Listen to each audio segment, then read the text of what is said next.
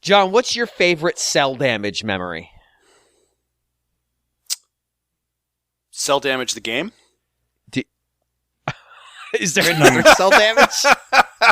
No, the hit Broadway Didn't play. expect that answer, did you? Do you know what cell damage was? It's like, I'm sure, based on the radioactivity that I've had from my last x-ray on my teeth where the x-ray machine was screwed up, so the guy x-rayed my mouth about 24 times in a row. Yeah. Nice, good. There's probably cell damage there, so that's probably my favorit. Oh, Did you feel that tingle every time? Right. Those tumors in my mouth. It's just extra bite surface. It's fine. Extra bite surface. So do you remember cell damage? I do vaguely. Cell damage, was that that was a driving game, right? Was that kind of a Twisted Metal ripoff, wasn't it? Yeah, but it was cartoon. Yeah, it was like cell shaded. Yes. Did you know? Oh, I get it. Cell damage. Right. There you go. Like an animation cell. John, what is the most recent? So that was originally an Xbox exclusive, but eventually came to PS2 and GameCube. These days it would be in cell damage, by the way. Hey, what is the most recent system you can play cell damage on? Natively. Natively? Xbox backwards compatibility fucks that up. It has to be. Would it be the GameCube? What if I told you it's the Switch with Cell Damage HD? Oh, that is wild. I didn't know that. Yeah. Did that just come out? No. No. It's been out for a while, but I don't know why it came out. No, I don't know why either. It's not like that game is beloved or.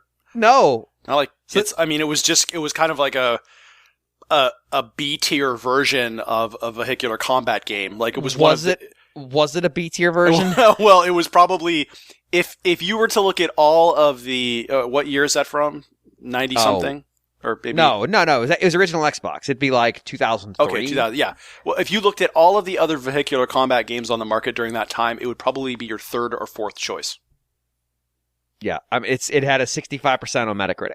Yeah, it is a 6.5 out of 10 game. 2002. Yeah. Like your parents would have bought that for you, James. No, because that was before I had. So they might have bought it for me on the GameCube, but I was buying my own games at that point. Yeah, I know. But just hypothetically, if you were a wee child, that's the kind of game your parents, I think, would have. I like to think. Never having met your parents, and yes. I don't know them. Gen Z James, and they're just gonna fucking stay that way. Gen Z James parents would have bought him Cell Damage. Yes, yeah. Exactly. I imagine actually that if we time skipped my entire lifespan, including theirs, like 15 years, and everything else was the same, like video games were well enough known and written about that they would have done like a little bit of Googling. Because that was something you could do in 2003, kids. The internet did exist, and you could Google shit. And would have not bought me fucking Fester's Quest and the Addams Family, the movie, the game. It's just a fucking nightmare. They're both terrible in different awful ways. Ocean, you fucking terrorists. Well, at least Fester's Quest is Sunsoft, is it not? It is, but it's bad. Yeah, it's not a great game. Well, it's bad because you can get a gun that doesn't kill an enemy that splits through meiosis as fast as it splits, which means that you literally can't kill it. You just sit there shooting forever, and it's just respawning itself faster than you can kill them. And that's in the first level. It's a fucking nightmare of a game. Yep. But they also bought. I mean, we can go through the list, but the Virgin stuff is the worst. That's Europe. Europe, we need to talk. Why the fuck were you allowed to continue making games? What the fuck did you do to deserve that right? All of Europe, all problematic. Yeah, all of it. All of it. Yep. Because, Ocean and Virgin obviously are out of the UK. But, think about the shit that was coming out of continental Europe, too. Has Codemasters ever made anything good? They made those racing surely games. There must be a good football game. No, they made those racing games. Yeah. I guess. That's why they got bought by EA. It's just because of the racing games. Right. I'm confident the Darlings made at least one good non-racing game. Codemasters must have at least, Greg, they must have made some sort of football game, soccer. Didn't they make the Micro in like Machines 1988 game? Or something? Didn't they make the Micro Machines the Micro Machines sounds familiar. Yeah, I never really owned any of those. I knew people who had them, but and played a little bit. But yeah, they got decent reviews and people enjoyed them. You know, top-down racing, multiplayer. Usually like maxing out the number of kind of simultaneous players you could have on the system. Cool. Yeah, those were cool games. They made a shitload of Dizzy games, which if you're not familiar with this particular mascot platformer from Europe, does anybody know what Dizzy is? You know, this is the era of mascot platformers. What he's an egg. Yeah, he's a fucking egg. He's got several games. Come on. He's the got long-running Dizzy franchise. 20. Everyone knows. It's a Dizzyverse is how I like to refer to it. Dizzy. They made Pete Sampras tennis. Wow. Man, that is dated as hell. Wow, that is so dated. He did win Wimbledon a lot because he was good in his time. Well, but also he was a serve and volley type player, which translates very well to the grass surface. You know, so I'm sure he was pretty damn competitive at the US Open as well. Like he just completely dominated Wimbledon for some number of years. Therefore, you know, he would have been kind of synonymous with top level tennis in this country, even though obviously he was an American player. You know, it's funny that you brought up Ocean, James, because just earlier this week, the first part of my week was kind of quiet at work, so I decided, like, you know what, maybe those licensed games that I saw ads for in magazines when I was a kid, maybe some of them are hidden gems. Maybe there was something to them. So I watched videos on YouTube for Hudson Hawk on the NES. Oh, God! Lethal Weapon for NES and Super Nintendo, which were like completely distinct games. The Super Nintendo one is freaky because you've got, you know, the little caricatures of Danny Glover and the other one. And the way, if you look at the way that they jump. They always jump forward, you know, like it's really weird. They look like prone. I don't know. And I watched a little bit of Last Action Hero. And, none of them were hidden gems, by the way. They made a cool world. Last Action Hero makes a little bit of sense as a video game targeted at kids. Lethal Weapon? No, that's the thing, right? I didn't understand that. But, like, you had Platoon, you had... all sorts of crazy shit. You did have Platoon. You are right about that. That does exist, which is crazy. That's absolutely crazy to me that exists. They have the Ocean made a Cobra video game. You realize that, right? Yes, it was a big deal, Cobra, as we've covered before. As much as it's sort of this punching bag for being sort of risible and possibly fascist in nature. Mostly a monument to Stallone's vanity. It was made a great deal of money, so it's no surprise that there was some kind of tie in it. So the this looks like it's a Spectrum image because it's white, black, yellow, blue, and red. So that screams to me Spectrum. Literally, I would say a third of the screen is the big dumb bar just to save like computational power that's static, and about an eighth of that is just a badly drawn picture of a cobra, and the other one is two fists and the words "use your head" under them with a snake between them. This is fucked up in a way that I'm not prepared for, and I knew that Cobra was a thing that existed, and I also knew that your Sinclair gave it like an 8 out of 10 for the Spectrum version because your Sinclair was fucking available. But I didn't realize it was this. Jesus Christ, I don't know why I haven't played this. This is truly. It won the Newsfield Award for Best Platform Game in 1987. Oh, this is so unrealistic. Like, he just picked up a hamburger for health when he should have been picking up a pizza, obviously. Right. Obviously. Well, but he didn't have any scissors with him. Right. John did mention it last week. He warned us. He warned us. I really wonder, though, like, this game needs, like, some sort of pizza cutting minigame or something. So, God! He picked up a gun, and so you've got the icon of a gun at the bottom right, and below the hand holding the gun, it says, "I'm the cure." This is amazing. So the poster for this game the box of this game is just the poster with the word Commodore badly written over his head. Oh my god. Yeah, I mean, like, that's really the poster that I want for the movie, not the movie poster. I want that. Yeah, I mean, that's what it should be. It's so much more jam-packed with just cheese. No, when you can add the words Commodore joystick and operated to as opposed to, like, what? Keyboard operated, I guess. I would have liked Cobra as a text entry adventure game where Stallone solves the case of the night slasher or whatever. A text adventure. Yeah, you got me. All right, so other great Ocean licensed game, Cool World, the game that was just a little too sexy for being a cartoon.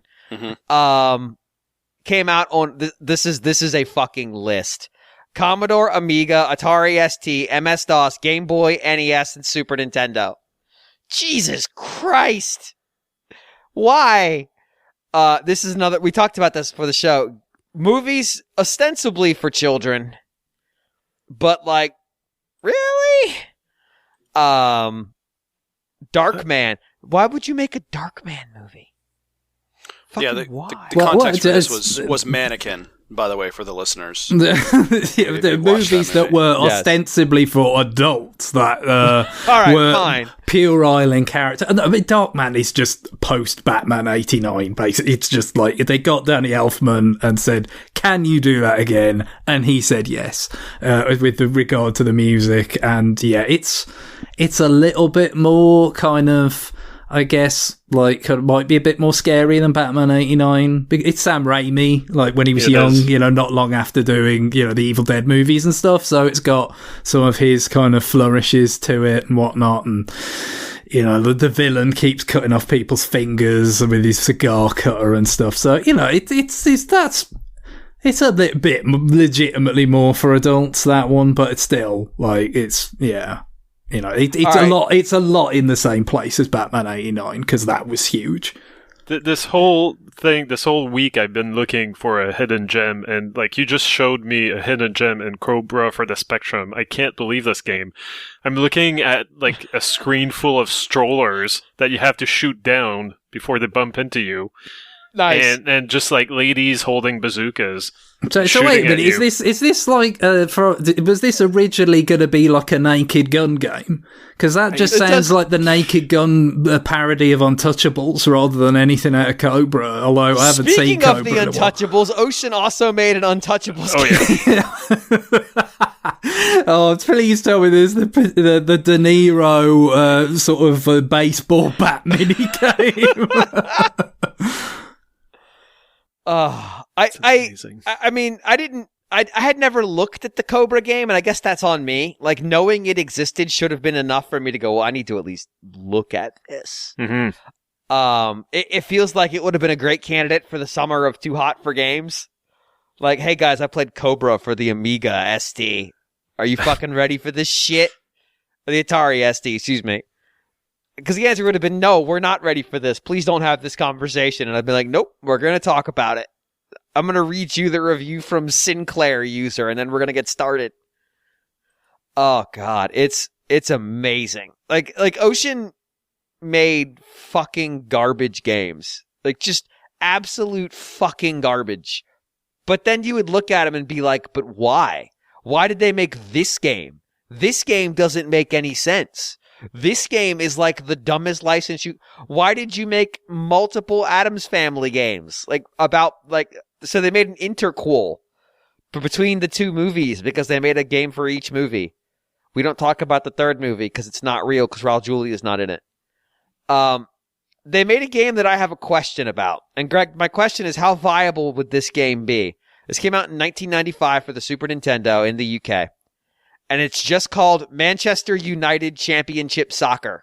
Does that name imply there's no other teams in it? Unfortunately, if you followed the English Premier League in those years, you may have somewhat had that impression. Like when the Premier League was formed, which, to be clear, was basically the largest clubs at the time breaking away from all the other ones so they could just make more money.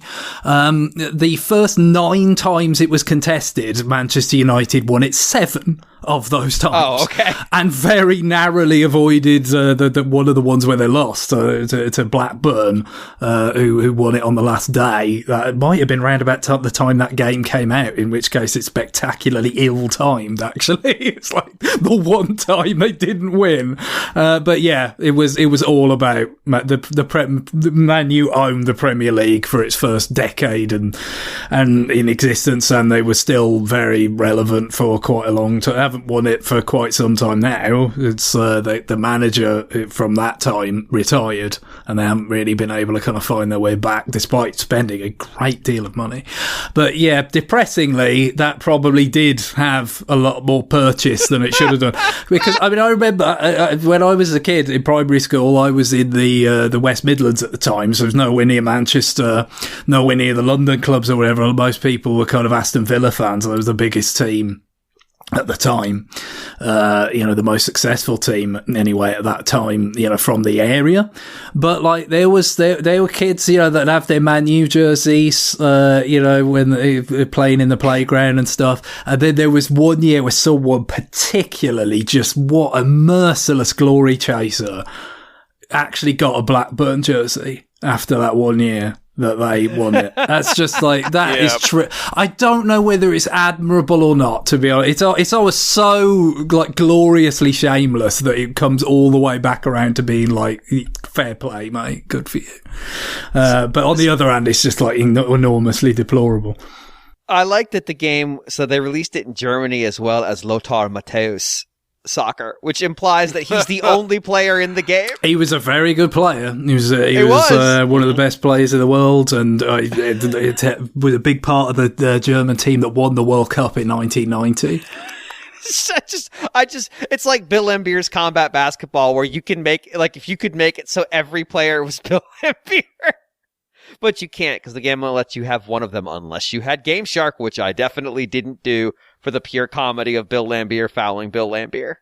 I did that every time I played it on an emulator. Every single time. So yeah, Ocean. Ocean doesn't make creative games like Bill Laimbeer's combat basketball. I said, this player has a reputation for playing dirty. What if we made an entire post-dystopian future where cyborg basketball players try to kill each other? And then name it after this random dude on the Pacers. It does kind of disappoint me that no one ever made Luis Suarez soccer. I'm not sure how many people are going to get that, but it's like he had a problem with biting, basically. He was an incredible player, Uruguayan player, very gifted. But he just had these moments of madness where he'd just reach in and with his neck and bite someone and get sent off. It was just he grabs are really crazy. I think he bit one of the Italian players in the World Cup in Brazil. I think he's just So yeah, if we had the same standards in 2014 or whatever for let's make a licensed game out of someone that's unhinged. It's Luis Suarez. I mean, it was probably like a mobile game or something I've never heard of because I'm not. You just press the button to bite. Charge up your bite meter.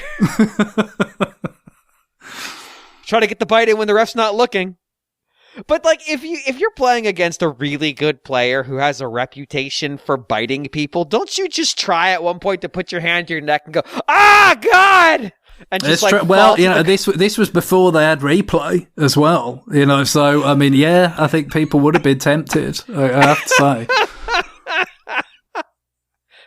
I feel like if you're going to have a sport where people regularly fall down to get calls, which I'm going to have the NBA on right now. If I'm remembering correctly, because as I said, this was not an isolated incident. He bit people on multiple occasions, both playing club football and international football. But I believe the Italian player, when that happened, was able to actually show the teeth marks successfully to the official. So all you need is like a stamp in your hand to just like put quick teeth marks on your neck and go, "Oh, God!" I would honestly, I would immediately after the game, if I pulled that off successfully, push my way into the press conference room and go, he didn't bite me, I faked it. What now, bitches? And just walk out. Yep. I'd take no questions. I'd just walk out of the room and wait to get stabbed outside the locker room. Because it's probably coming. Oh, Ocean, you fucking monsters. You just absolute shitbag degenerate video game publishers. Mm-hmm. Makers of Mission Impossible for the N64. Absolute garbage. Just truly, well, honestly, it's probably one of the better games they made. I've never played it, but I mean, it reviewed okay, as I recall in the magazines at the time. But as we know, I mean, the N64 was kind of hard up for games at times, so certain kinds of games probably got more press than they otherwise would have done. If Square hadn't abandoned the platform and all these other kind of Japanese third parties that were big on the Super Nintendo. I would say it weirdly leaned in way more to the spy stuff than 007, which isn't saying much because 007 was just like, fucking kill every Russian you see, the game. But it did a lot of stuff that Perfect Dark ends up doing, where it's more interested in get to this computer and get data out of it without setting off alarms and stuff. Yeah, I mean, there's some of that in GoldenEye as well, but it tends to be more siloed to the kind of higher difficulties, doesn't it? If you put it on 00 Agent, then it's like, okay, you've actually got to use this thing in your inventory to hook up a modem to a computer and get data out of it. But if you just play on your Agent, you can pretty much just kind of walk through. But the highlight for it is that it did all that on the N64, obviously inspired by GoldenEye's success there, and includes no multiplayer. I thought it was before GoldenEye. Am I completely imagining that? Because GoldenEye did take a long time to emerge. It was July 98. Wow, there you go. It's just GoldenEye took a long time to show up because they were talking about it during the Super Nintendo era. Before it took so long for some reason. I kind of thought, by the time it came out, even Mission Impossible had beat it to the because Mission Impossible movie was quite a way before that, wasn't it? The De Palma, the first one.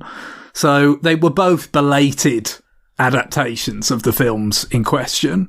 I remember that much, but I guess a lot of it was just developers trying to get to grips with a new kind of video game, essentially, with the polygonal graphics and everything. Also, the first movie in the Mission Impossible series came out in 1996. Yeah, I saw it in the cinema as a child. We are approaching the 30-year anniversary of this fucking series. It's amazing. What a truly... on the one hand, it's not that long compared to James Bond. On the other hand, it's had the same guy as the lead. Right. That's the difference. It's had the same guy, and they're making another one right now, which comes out in 2025, which I can't believe they're not just waiting to 2026 for the anniversary. Apparently there was a movie made around the original series called Mission Impossible versus the Mob. It's very weird. Anyway, this is Radio Free Nintendo. Hi, I'm James Jones. I'm joined today by Mr. Greg Lay, who's back. Ahoy, hoy, everyone. Welcome back, Greg. How are your draft feelings? Oh, well, if only someone could tell me who won the draft, and then I'd get the T-shirts printed up. How are his draft feelings? What about my draft feelings? Well, I haven't introduced you yet. Yeah, you expressed some of them last week. I don't know if they've changed since. Man. I mean, John not Lindeman's really. Here, incensed about the draft. I don't even know. I don't even want to talk about it. Yes. Hey, great to be here, James. Wait, hold on. Fuck you for a second. Hold on. How his draft feelings? What about my draft feelings? I don't want to talk about the draft. You can't do me like that. I mean, I can talk about the draft. I don't know what there is to say. I guess but I think either they are geniuses or ignoramuses. Based on history, I would assume ignoramuses or ignoramusi. I'm not too sure exactly what the plural is off the top of my head. I have no idea how well it's going to turn out, but I will say this. I do find it bizarre that virtually all the media or ever wants to talk about is the quarterback. It's the only position. And it is ridiculously important. And it's got way more important than when I was a kid, even when it was important then. Yeah. But then, Atlanta actually does something where they act like it is that important, and then they're insane. That's very true. You know what I mean? They're insane. Oh, well, you don't do this, though. Well, if it's that fucking important, maybe you do this. Maybe you have one for now and one for later. You know? Like, I love looking at NFL.com's draft grades, and everybody's getting like A-, A-, A-, B+. The Dolphins got a B-, which makes them like the slow child in class. This is a disaster. Like, This is so obviously run by the league. I just love that it's like New York Jets B+. The New York Jets have never gotten a B+ in their goddamn life. No, they've never done anything like that. And then, but it was the same thing. I think I saw the one summary, and like for the first 14 picks, it's like A+, A-, and then Falcons are like C. We don't understand the Michael Penix pick. We don't get it. I'm going to give you an idea how weird this is. Commanders. Day 1 grade A, day 2 grade A, day 3 grade A-, overall grade A-. You mean the rounds you can most fuck up? Like that name is like, no, but the overall grade's an A- because they fucked up in the 7th round. You just can't do that. You gotta nail the 7th round. John, you're the Falcons are the only C. Yeah, Falcons are that's the only thing less than a P. But it just goes to show. I mean, that's like anything aside from the conventional wisdom. Well, and a lot of that is just what gets out as well, isn't it? To be fair, a lot of the time, a lot of it is people in the media catch wind of what teams are looking to do, and then they recalibrate what their public sort of modelling of how it's going to go. This may be a case, God forbid, where the Falcons actually just kept their mouth shut and no one got wind of it. I mean, is that a bad thing? Aren't they just doing their job properly?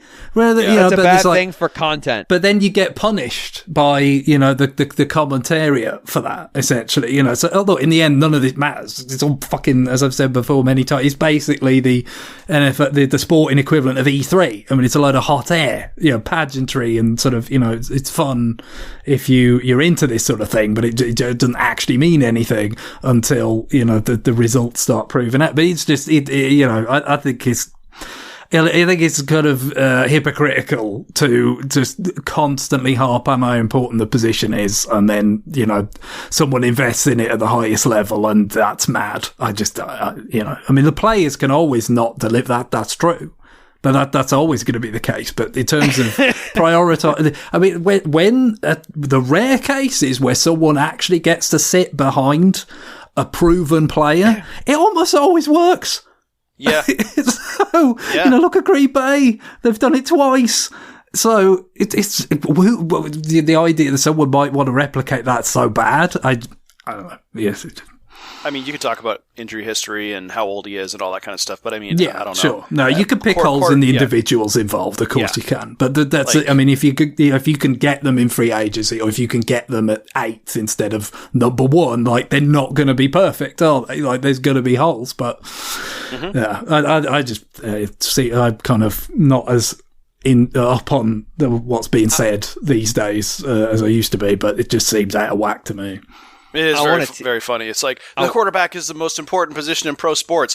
Oh my God, you drafted a quarterback when you already have one? Holy crap, that's ludicrous. With your first round pick. You just paid one is the problem. Yeah, as opposed to, and believe me, I've seen the Falcons draft an edge rusher first overall. His name was Vic Beasley, and I call him Vic Bustley because he was like, I don't even think he's in the league anymore. Why won't people draft kickers first overall? They do a lot for field position. Al Davis kind of got close once, and he was a bloody good kicker. I want somebody to just go out there and name a punter as the number 1 overall pick. Yeah. Just to see the meltdown. Just to see the absolute fucking meltdown. Can you imagine the reaction on the ESPN desk crew's faces? Oh, yeah. I mean... Like, it's definitely going to be insert quarterback here. Punter. Yeah. Also, Guillaume Veillette. That's hello. Right. Hello. Right. We're slow rolling into this one for sure. This is the intro section. All that was cold open. This is the real show now. Guillaume, what are your draft thoughts? Head empty, no thoughts. He closes the window. That's fair. You know what? Well, draft can be nice this time of year. It's starting to get a little warm. Finally got air conditioning back after not having it for a week. It's nice. I like this. This is May 2nd. We're in May now. May 2nd, 2024, in case you're unfamiliar with what year it is, or you could be listening to this in the future, or maybe even the past. and don't know what the year is. It's May 2nd. Hi, welcome to May 2nd. I don't know if I introduced myself. We'll just assume I did. Go ahead. Oh, I'm James Jones. I should ask myself what my name is one episode. Just be like, hi, I don't know what my name is. Hi, I'm just here. Help. And what episode number is this, James? Is it 873? There you go. Because last week's image is still stuck in my brain. You make them. The one where you called yourself a professional, and then immediately were like, what number is this? Well, look. Sometimes professionals make mistakes. Professionals have a lot going on in their head. It's what separates the professional from the amateur. Yep. It's the degree. It's the high wire act with no net. Sometimes I don't have a net. It's like that bit in that movie where Jean Reno says, "Who am I meant to be killing again?" Yeah, exactly. I'm Jean Reno. I'm the Jean Reno of this podcast. Yes, exactly. I'm glad you kind of like reined that in a little bit. Not I am the Jean Reno. It's just like you're the Jean Reno of this podcast. I am Jean Reno. Fine. Yes, that is my secret. I have been working on this accent for many, many years, and I am now ready to reveal that I am in fact not who you think I am. Despite the fact you met me, I have very good costume people. This is episode 873. We talk about video games on this show. I could say allegedly, but we have talked about video games in every segment so far. Because, of course, the draft will be reflected in video game form. But also, we talked about video games from Ocean, the 90s nightmare producers of crap. So we're still kind of on topic. But we're going to get into some new business. And I'm going to talk about a game I haven't played yet because I forgot to download the demo before the show. Because, as I mentioned earlier, I did not have air conditioning this week except in one room with the window unit. So I basically locked myself in that room. I just want to draw people's attention to a trailer that dropped last week. This is for a game not coming out for a while, but there is a demo available on Steam. I don't know if a demo is coming to Switch anytime soon. This is a very sick looking trailer that is extremely 80s space opera anime called Stories from Seoul, The Gundog. And it's going for the look of a PC 98 game. It looks kind of incredible, yeah. It's got amazing pixel art. It's got this green, everything's green because of course it's going for the PC 98. It's kind of fucking amazing.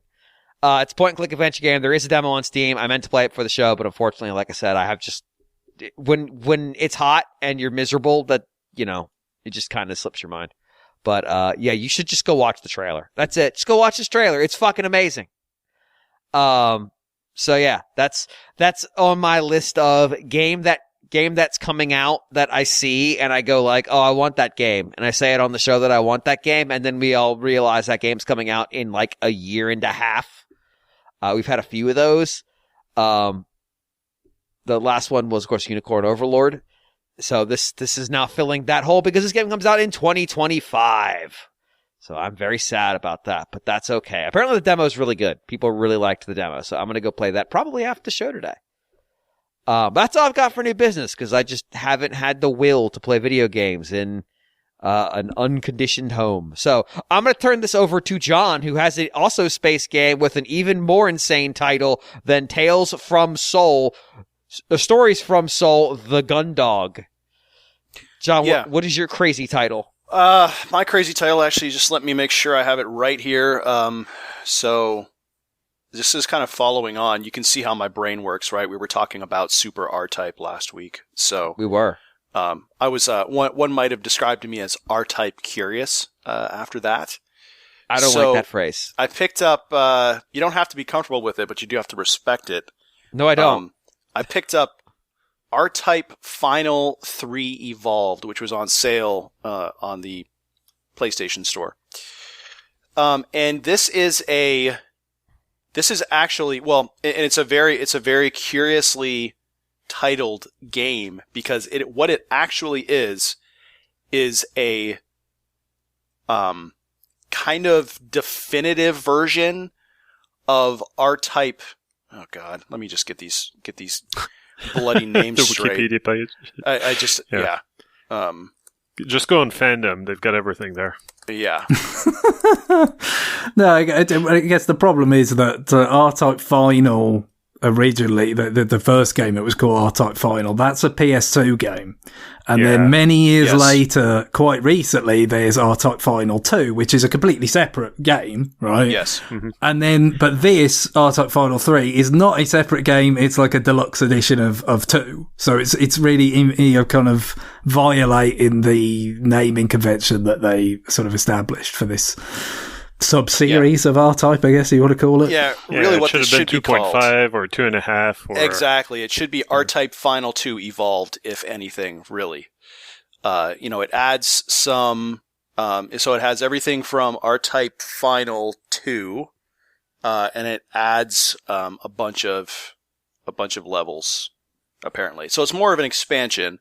You get all 13 stages from R-Type Final 2, plus 7 new stages, to bump the stage count up to 20, and you get all of the ships from R-Type Final 2. That's one of the things you can do, is you can unlock ships in this game. There's 100 ships in R-Type Final 2, so they're all here as well. And I think actually there was also I guess when this game originally came out, there was like a kind of a Kickstarter. There was a Kickstarter for it, and I think there were anybody who contributed to the Kickstarter, you could actually unlock other ships. Wait, hold on. Passwords. Yeah. Hold on. An R-Type game. Yes. Had a Kickstarter. It did, apparently. I mean, this is in the menu, right? This is because there's a place in the menu where you can add in passwords that were given out to Kickstarters when this game was apparently on Kickstarter. And actually, there was a Kickstarter tier that was $500. Why? I don't know. Who owns R-Type? It's still IREM, right? Yes. But yeah, why is IREM running Kickstarters? They have gone sort of bust and been reconstituted at least once, right? So sure, I'm sure it's the name IREM that owns. I feel like we're like an alternate history away from this IREM releasing fucking NFT R-Type ships. I just established series getting a Kickstarter just feels weird and bad. Yeah. I don't know. Kickstarter. Well, the developer is Granzella Inc. Yes. Really? Yeah. What a weird combination of teams. Look, like IREM was ready to, like they called it final on the PlayStation 2. They were dead. So, an enterprising, a spunky group of developers decided to get the license and kickstart a game and made the game that they wanted, I guess. No, I mean, there was wasn't there like an exodus of people from IREM in the 90s that ended up doing like Metal Slug and stuff, then for like SNK, like it's... Yeah. They've had quite and then, obviously the whole concept of the PS2 R-Type in the aughts or whatever is like, oh, well, this is going to be it kind of thing. So clearly various incarnations have faced adversity a number of times over the decades. I don't know if it's as exciting as the resurgence or re-emergence is probably a better word for Infogrames that's going to be upon us, apparently. Yeah, Infogrames is now owned. This Infogrames is now owned by Atari versus the previous Infogrames, which owned and then became Atari. Yeah, they had Atari as like a sub-label. Yeah, and Infogrames, who did they buy? Ocean. Yeah, they sure did. And then shut them down. To answer the question here, then Granzella is formed by a bunch of IREM cast-offs who fled the company, went on to make Disaster Report for Summer Memories, and prepared to release it when. 2011, which a bad thing happened in Japan in 2011, and a game about surviving an earthquake, not exactly something people wanted to release. So that game came out on fucking Switch, and I reviewed it. So you can see how they would need to turn to Kickstarter, I guess. No, you don't get the Kickstarter. Their funds would have been pretty down. You don't get the Kickstarter game that's on its 87th iteration. I'm sorry, it's ridiculous. Stupid. All right, well, they kickstarted. So, John, so when you had your $500 Kickstarter, what did you get for it? I think it's honestly just a ship. There's just a ship, yeah. Is it just a ship that says like "I am rich" on the side of it? Like what is? I don't know. Yeah, I mean, it's a very interesting game. It's not bad. I mean, it looks pretty cool. You know, it has all of the typical, you know, accoutrements of an R-type game. I mean, it's an R-type game, so you have like your I forget what they call it. They have the bit is the little thing that hovers over you, and then I think the force, isn't it? Is what they call I think it's that. called Well, yeah, but you've also got bits up and above and below you, right? Yep, and you can get all of the different. You know, you can change your speed of your ship up and down manually. Like it doesn't have that. Like it does have kind of the speed thing, but you can choose whether you're going fast or slow. So you can actually like hit a button and slow down or speed up. And then, you know, you have a whole bunch of different types of, you know, shots that you can fire, you know, some shots that bounce off. But the thing is with this is that because there's so many ships, the types of attacks that you have, you can customize them, but then also they vary by ship. So some things have, you know, some ships, they have, the homing missiles. Some ships have the bomb that drops on the ground. And so, you can choose before each stage which ship you want to use, and you can also customize ships and save them as profiles. So you can kind of have ship loadouts. So that's just kind of interesting. I'm sure for people that really, really want to do that, they really want to min-max. I mean, certainly there are some, there's some stages, like there's a stage that is much like, you know, the typical, ship stage where you're fighting a huge battleship kind of thing. And that lends itself to bombs that hit the ground and lasers that go vertically, you know, up and down sort of thing, rather than things that bounce around and stuff like that, because you're always over enemies or over cannons that are firing at you and stuff like that. So, you know, usually it's our enemies coming at you left to right or from behind or anything like that, or are they coming at you from below sort of thing is usually, and the boss is very like that as well. You'll get some bosses where you're dodging left to right, and some you're dodging up and down kind of thing. So, but also too, apparently one of the reasons why this is a PS5 exclusive apparently is because, for some unknown reason, they decided to make part of it compatible with PSVR. So the intro that has you kind of sitting in the cockpit of your ship and then flying out of a hangar into space. Part? Yes. Just that part is apparently... That's insane. It's insane. So apparently that is compatible with PSVR. So opening movie compatible with PSVR. Yeah, and what's really obnoxious is that you can't fully skip it either. It kind of forces you to watch some of it. So when you start the game, you can skip parts of it, but not all of it. So you have to watch this silly scene of you sitting in the cockpit and the HUD coming up, and then you flying out of this hangar. You have to watch that pretty much every time. So I will say that Star Wars game that was PSVR enabled, I can't remember what that game was called, but I played it. That was pretty cool, but this sounds stupid as shit. It's really dumb. It's really dumb. And when will they make Star Fox, the original Star Fox intro sequence, Labo VR compatible? Yeah. I thought it was just going to say, you know, they remember they did an anime thing for Star Fox Zero. Like, yes. just to have that be VR. That's it. There we go. Yeah. Yeah, so I guess the thing is with this, though, is that it takes all the stages from R-Type Final 2, which we've already talked about, but it rebuilds them all in Unreal Engine 5, so I guess that's the main hook. Other 7 stages personally made by designer Kazuma Kujo, exclusive to the PlayStation 5. Performance-based difficulty system, advanced customizations options for ships and pilots, global rankings, a virtual reality launch demo for the aircraft launch sequence, a multiplayer mode that supports up to 6 players, but of course, this is crazy, James. You'll love this. It has an online metaverse area called R-Park. So it's kind of like, hate this already. It's a ship museum. So this is like our This is like R-Type Home, pretty much. R-Type Home! Yeah. If we had one of those emails that invites us, not that this is required, but many of them do, explicitly invites us to riff on a topic to try and reach the stupidest thing we can think of, it probably would have had to go for 6 hours before we got to fucking R-Park. That is... Yes. So, John, God, man. John, I've got a question for you. What game, ? Did you just compare this to? PlayStation Home. Guess what? I'm going to give you I have a relevant thought to connect this to PlayStation Home. Do you want to make one guess? I can't even guess.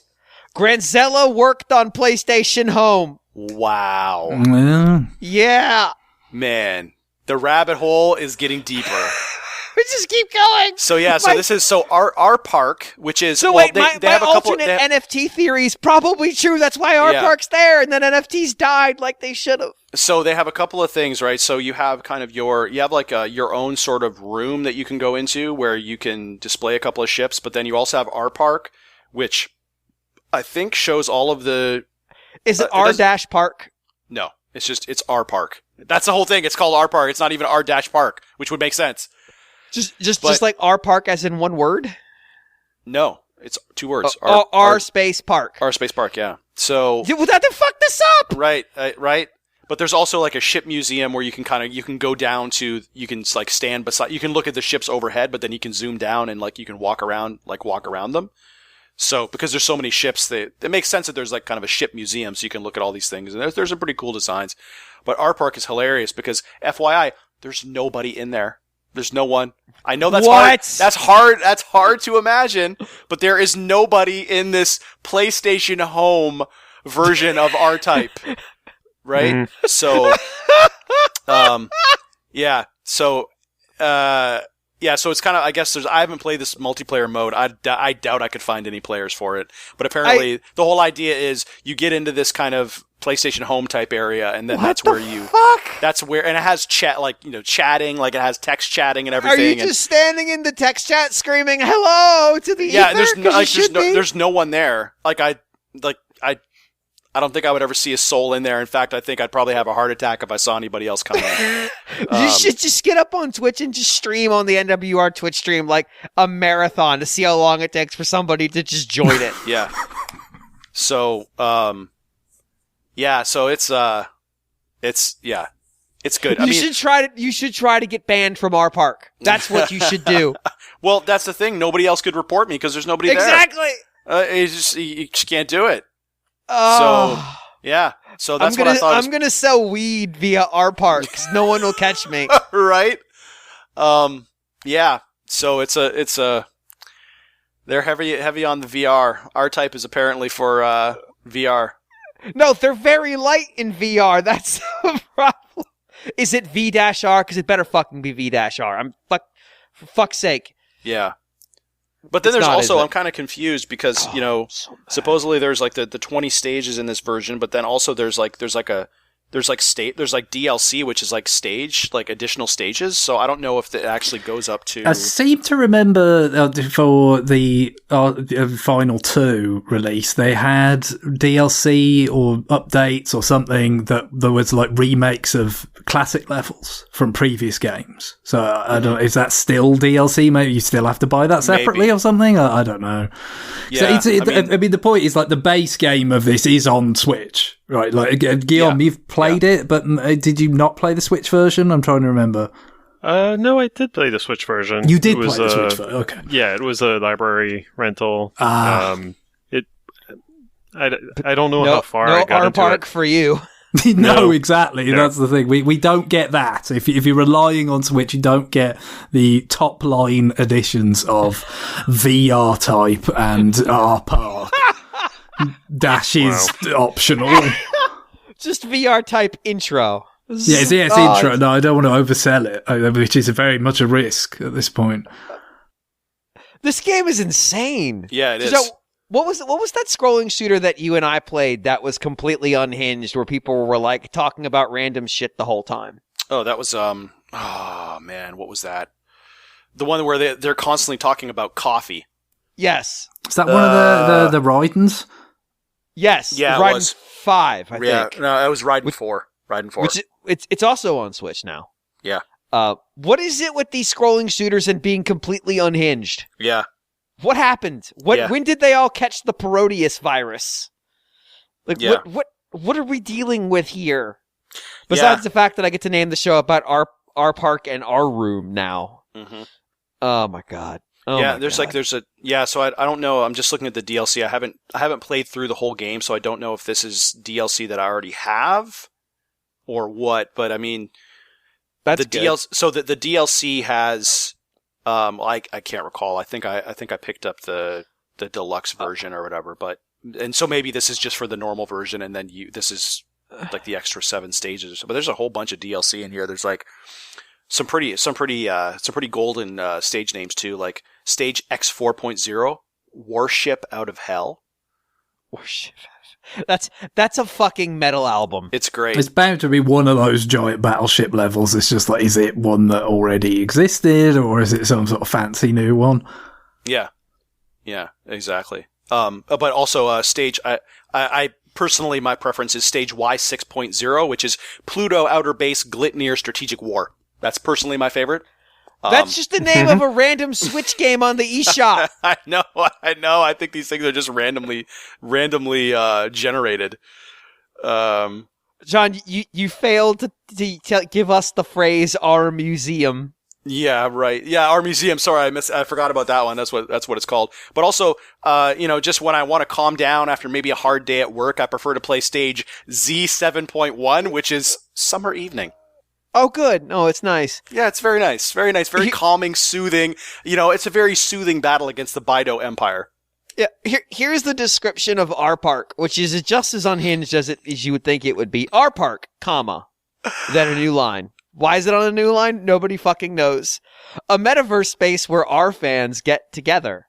It features metaverse functionality that allows players to exchange strategies and enjoy mini-games. It also serves as a lobby for competition mode, not competitive mode, where you can compete with multiple players for score. How the fuck did they redefine every sentence with the same, like, it's a competition mode. What do you do in it? You compete. Okay, that's not helpful. What's a metaverse? Well, it's a metaverse. Like, what, oh my god, is this made by like a robot? Is this an alien trying to pretend to understand video games? Yeah. Did you get the April Fool's prototype? I think I downloaded it. R-9 USO 799. Yeah, see, okay, so this is, so I think I did download that. One of the Kickstarter rewards, a voucher code for the DLC, so you get an exclusive Aircraft and Force for PS5. Are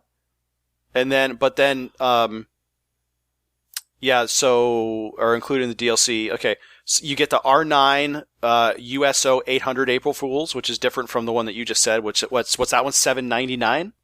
Yes. So this one you get the 800 April Fools, you get the 801 April Fools 2, and you get the TW-3B Long Symphonies, right? And the R99X Requiem. So this is the USO 799. So I assume it just yells yeet every time you I guess so. And then the Long Symphonies is probably no yeet. So no. There you go. If you are a backer who selected PlayStation 4 as your platform, the DLC for R-Type Final 3 Evolved is downloadable from the PS Store. All right, so I'm gonna give you their description of the VR mode. VR launch mode will be available. We plan to deliver a VR launch mode for you to experience the launch demo scene in PSVR 2. End of description. Yeah. That sentence doesn't make any fucking sense. No, it's this whole game is just so it's this something. Is unhinged. It is. How is the audio? Because it is English audio. There's no voices or anything like that. Like there's no voiceover. Anywhere. Oh my god!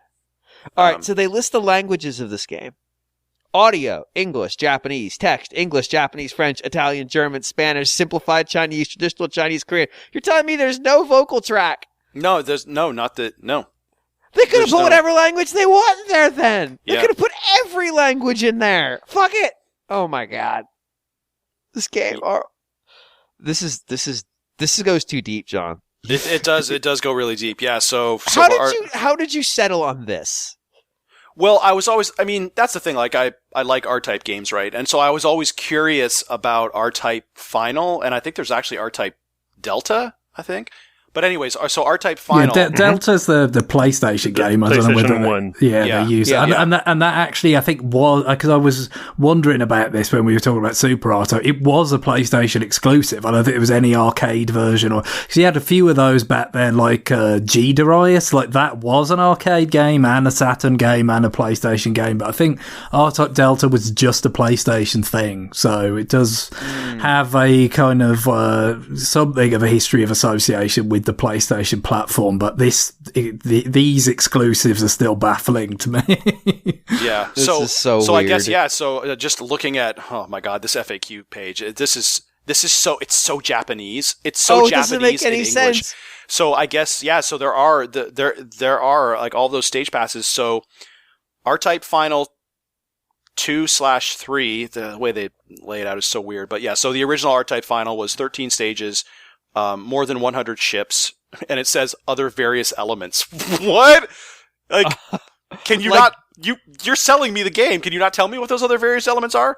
But then it said. But then the evolved part of it. Yeah. But then the other part of it is so you get 7 exclusive stages with R-Type Final 3 evolved, and you get R Park and My Room.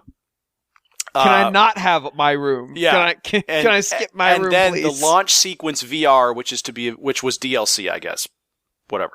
But then you also get the stage passes, which are an additional 21 stages and DLC player ships. This game is listed on the list of PSVR 2 games. It's insane. Yeah, but so I guess overall, like if you get all of the DLC, then I guess there's 41 stages in this game, which is pretty chunky. That's a lot. You consider generally, you think of R-Type, the original, what was it, 8? I want to say, maybe? Yeah. Was it? Because I think it was because you split up on PC Engine originally, because the Q card format, wasn't very big before they got to the CD add-on. So, I think it was 4 stages on one and another 4 on the second card. So, yeah, that's what you were dealing with back then. But so, assuming they're of some sort of similar length, it does sound like a lot of R-Type stuff to play, admittedly. It is, yeah. And you can also transfer, if you have a save file on the PS4 version of R-Type Final 2, you can transfer it to R-Type Final 3 Evolved. Sure. With the Switch version was respectable, wasn't it, Guillaume? I don't remember hearing that it was really one of the really problematic ones. Certainly, obviously, it was not as on par with PS4, but I don't think it was a disaster. I seem to recall. Yeah, well, I wouldn't have complained, but I'm sure some people would have, it might have been a situation where it was 30 frames per second versus 60 on other consoles, something like that. But I don't know. I had a good time with it, but I didn't end up buying it. I was like, okay, I checked it out from the library, now I'm good. But if they had our home, you'd have been all over it. Our house in the middle of our street, perhaps. Oh my god, this game is madness. So, there you go. And then there's stuff like this. So I'm just reading the FAQ file, which is a trip. During the aircraft development at Ars Museum, I was looking at this. Some aircraft require a password. Where can I find the password? The passwords required for developing each player aircraft are as follows. The passwords are the same for both R-Type Final 3 Evolved and R-Type Final 2. And then there's just 4 passwords like Love and Peace, Granzella, Mr. Heli, Last Answer 2. So apparently, I guess when you're looking at the museum part of it... Why even have passwords set up? They're just going to give them to you. Yeah, I guess if you try to click on one of the ships and view it, it requires a password. Why? I don't know. How? So that was one of these things that was originally restricted to the Kickstarter backers, and then presumably since the Kickstarter is, a thing of the past, they've just sort of put the passwords out in the public domain, as it were. Yeah. It's too hard to complete the stages. How can I lower the difficulty level? Yep. Oh, you can also reduce the difficulty of gameplay by purchasing tickets in the in-game store and activating settings such as, quote, shorten the charging time of the wave cannon, end quote, and, quote, keep power-ups, end quote, at the start of the game. Yeah. Yeah, this game, I have to say, I've become more glad that I bought it. Like, the more I play it and the more I look at it, the more I know about it, the more satisfied I am with my purchase because it just gets more and more demented. I have something I want to talk about after we're done about this, and I thought it was going to be the most demented thing, but this has really put a run on demented content for the week. Yeah. So yeah, I mean, I am enjoying this. It is a complete trip. It just feels like one of those, I mean, this would have been right at home on the PlayStation 3, back in 2008. With the power of the cell. Yeah, it feels like one of those games where it's just a whole bunch of bad Japanese ideas. It's just the worst Japanese ideas. It's just, it's like things where like people were really convinced that this stuff was a good idea. But in practice, much like PlayStation Home, it was actually a terrible idea that nobody was really into. But I dig the experimental nature of it, though. I will say that. It's so, I'm really glad I picked it up because it just, and I will get all of the DLC. It might even be on sale because at first I was like, I don't really know about this DLC. Do I really need it? I don't know. But it looks like it actually does add new stages and stuff like that. So now you've got the R craving. Well, yeah, I mean, I'll pick it up because it is, there's actually more to this game than I even realized now that I've gone through their thoroughly wild there's definitely website. More than you realize. There's way more. The thing is though, it's like now it's like in our park, like I want to see if somebody else shows up in our park. You just need to go in the NWR Discord and try to bait people into joining you in our park. Oh, somebody else there. Dude, I mean, Seren will join. I mean, you know what I'm saying? I know Seren has this game. She must have this game. If she doesn't, I'll be very surprised. But she would show up. She's good. So if she doesn't, she's listening to the segment and already started downloading it because this is so demented. Yes. I've got to assume someone has already cut a YouTube video of the scene in Demolition Man where Sly and Sandra Bullock are going to have virtual reality sex, and instead they're doing the R-type intro VR. Yeah. I see you selected R-type VR mode. Yeah. And I mean, and also too, like another thing is that you can collect, for doing various things, I'm assuming completing stages and whatnot, you collect R points that you can then spend to customize your, you can spend to customize your pilot, right? And your R pilot. Yeah.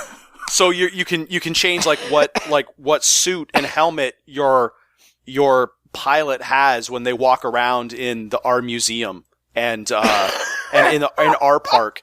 And there's other things too. You can change like the background. There's like this camera mode where you can change the background in like on some of the menus. So you can buy like stuff like flags and you can set I don't even know how to describe it. So you can set up like it's a little 3D scene. So it has like the ship that you're using and it has like your pilot standing in the foreground.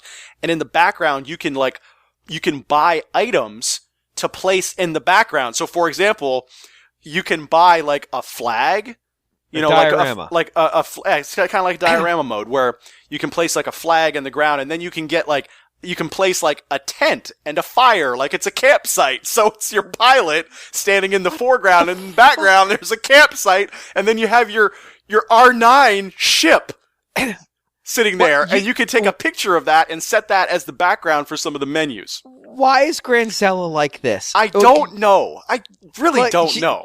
Like, if you think back to my review of Disaster Report, where I came on this show and just described things that happened and they became increasingly improbable. Mm-hmm. Like, Disaster Report needs a bad metaverse. Like, where's that? Come on, get on it. Yeah.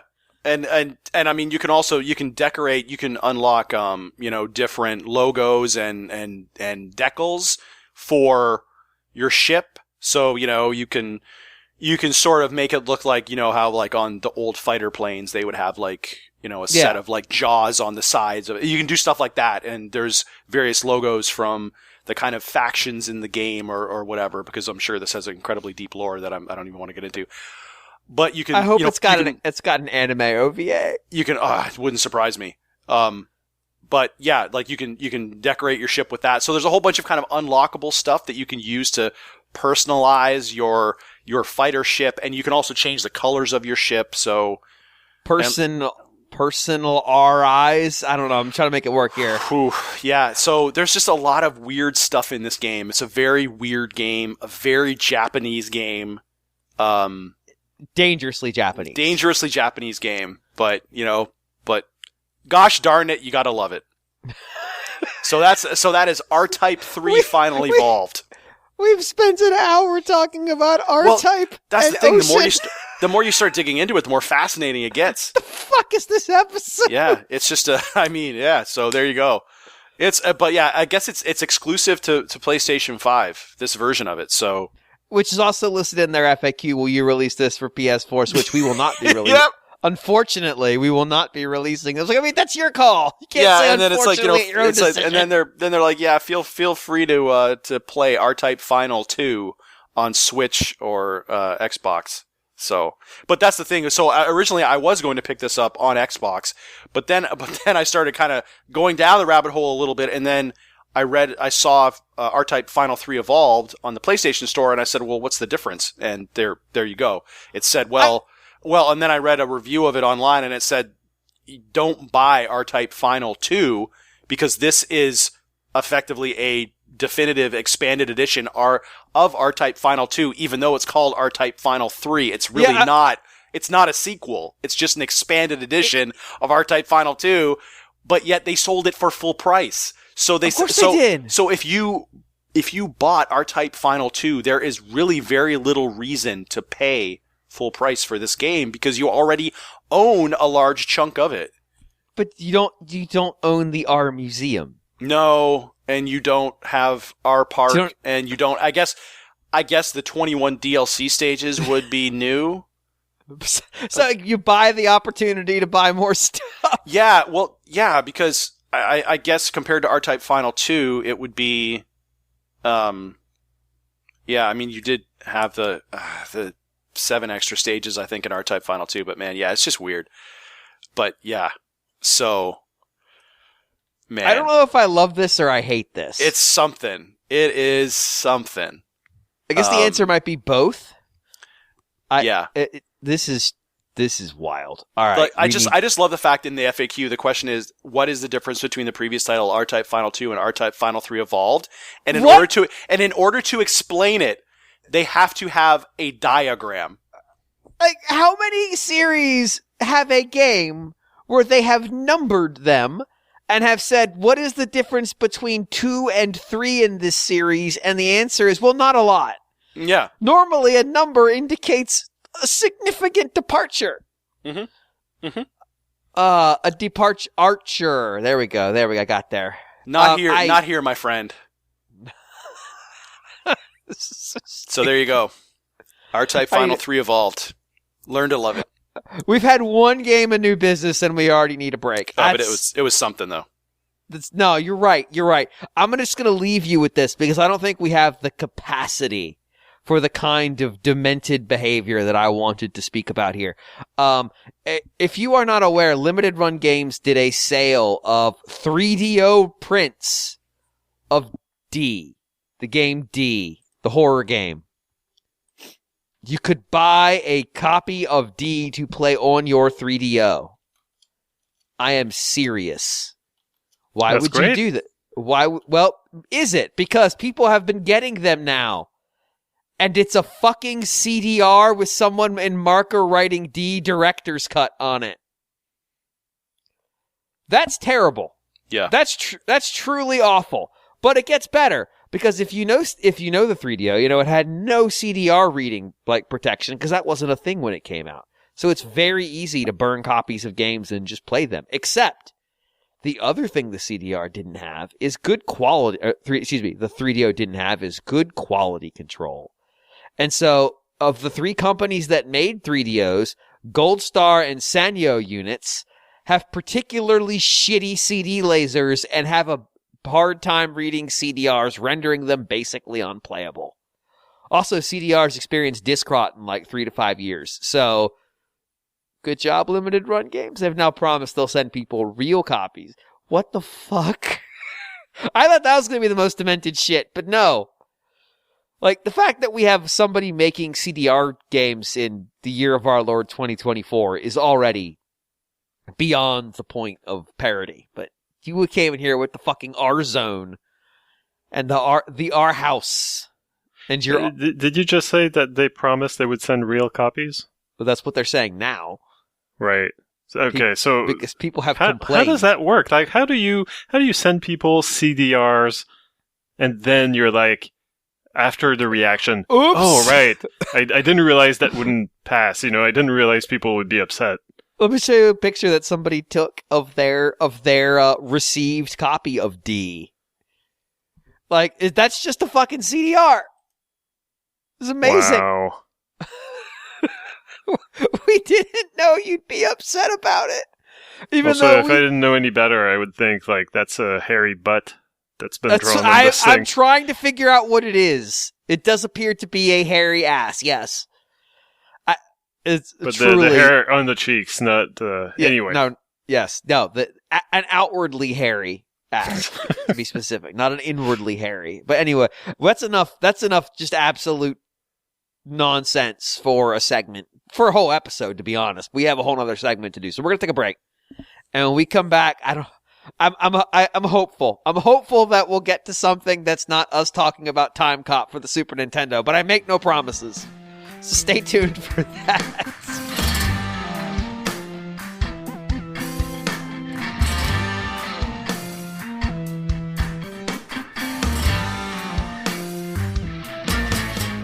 We return for a second round of new business. Now, hopefully, we've gotten all that silliness out of our system. We're going to turn to the very serious topic of Torna the Golden Country. Greg, you have been playing this. I guess this and the like weird little mini part, like Coda on the first Xenoblade, were the only Xenoblade stuff you hadn't seen, right? Yeah, that's right. So I've had this kind of there available to play for quite some time. I can't remember exactly when I got it. It was a while after I played. Obviously, I mean, it took a while to come out after the base game, but then even a while after this came out, I didn't kind of jump on it immediately because I played Xenoblade 2 a lot and saw the credits on it and everything, but it wasn't like I was like as hungry for more, I guess, as what sort of Xenoblade 3 left me feeling. So kind of did slip past that initial sort of phase of it being available,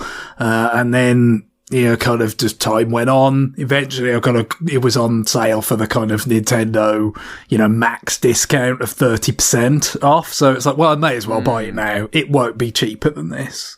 There is every rational kind of prediction to say that it won't get cheaper than this. So even though I wasn't at that moment going to play it, I had it, and it's just kind of sat there for a while. I can't remember exactly how long, but certainly with it being, last year when, I had the week off with the draft, and the draft is obviously very kind of superfluous. It's not actual sport. So, it's kind of there on one screen.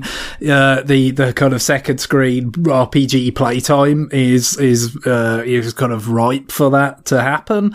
And so with that experience in mind, I thought, well, maybe it's been a whole year. And I kind of thought maybe that, doing Future Redeemed, enjoying it as much as I did, would have spurred me to do Torna sooner. But that it's like, okay, now I'll do it. Now we'll do this, because I knew, that in many ways it was kind of the model for what they did with Future Redeemed. Even though this Torna the Golden Country had its own kind of discrete release on a game card. whereas like Future Redeemed did not get that kind of treatment, but still, very analogous in a lot of ways, what it's doing, relative to Xenoblade 2, what Future Redeemed did relative to Xenoblade 3, and especially just some of it is the length. We talk about this with RPGs quite a lot. It's not the easiest to stick with, for me anyway, an RPG through a really, really long campaign. I mean, it did take me quite a long time to see the credits on Xenoblade 3, for instance. So not just because it's a long game, but also just, kind of coming back to the same thing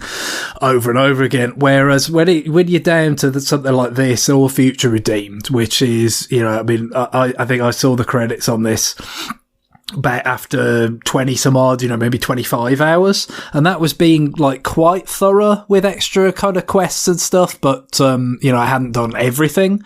I am now really quite close to having done everything apart from basically just kill all the unique monsters by the look of it, after about 30. So that kind of length, I'm kind of more able to say, especially with a little bit of time carved out as kind of prime opportunity to put the hours in. Like, I could do it more as like a sprint, kind of like, let's do this in a more condensed fashion and kind of see, beginning, middle and end, relatively quick succession, just kind of feel like it's, a more, kind of connected experience than sometimes where you end up completing these epics over a period of months. You just, it can get kind of, disconnected in your mind at that point. So, with all that in mind, I said about it, and it panned out about as well as I would have hoped. I think certainly probably the biggest gripe that I would have with it is just, even though it dispenses with some of the kind of superfluous elements or kind of things I wasn't as happy with in Xenoblade 2. As like, where you got to in Xenoblade 3, like, what you don't have here is like the whole, like, gashapon, like, multitude of blades thing going on. A little bit like what you have in Future Redeemed, where, you don't have all the different jobs anymore. Right. It's just like, okay, here's the cast. Like, it's like that. Like, you've got 3 characters, they each have a pair of blades, and that's it. Like, that's your cast, basically. And so it kind of narrows things down, kind of changes the battle system up a little bit, I believe, from, where it was in Xenoblade. Obviously, it's mostly, based on that, but it does change it up a little bit. But again, I haven't played Xenoblade 2 at all since the end of 17, beginning of 18. So my retention of it is not that great, and that was one of the kind of roadblocks to play through this, because you're almost like, oh, God, should I revisit that before I play it? But then it's like, well, God, that would take forever, though. That's not going to happen. So at some point, you just got to sort of bite the bullet before the memory erodes any further, and just get down to it. And I think it kind of enough, I guess, especially as they did sell it as a standalone product, it does stand up relatively well, even if you don't have like the kind of most vivid recall of various things. I'm sure there was lots, going past me, or, you'd see characters sometimes, it's like, I meant to know who you are, aren't I?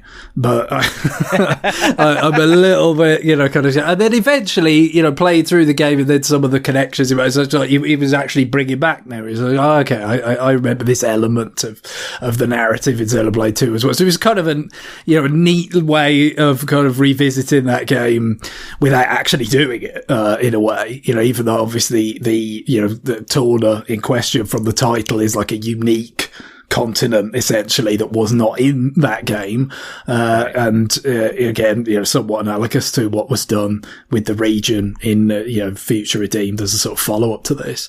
So you get quite a bit new, but also pretty familiar. Like the characters, a lot of the blades are ones that from the main Xenoblade 2 game and everything. So it kind of.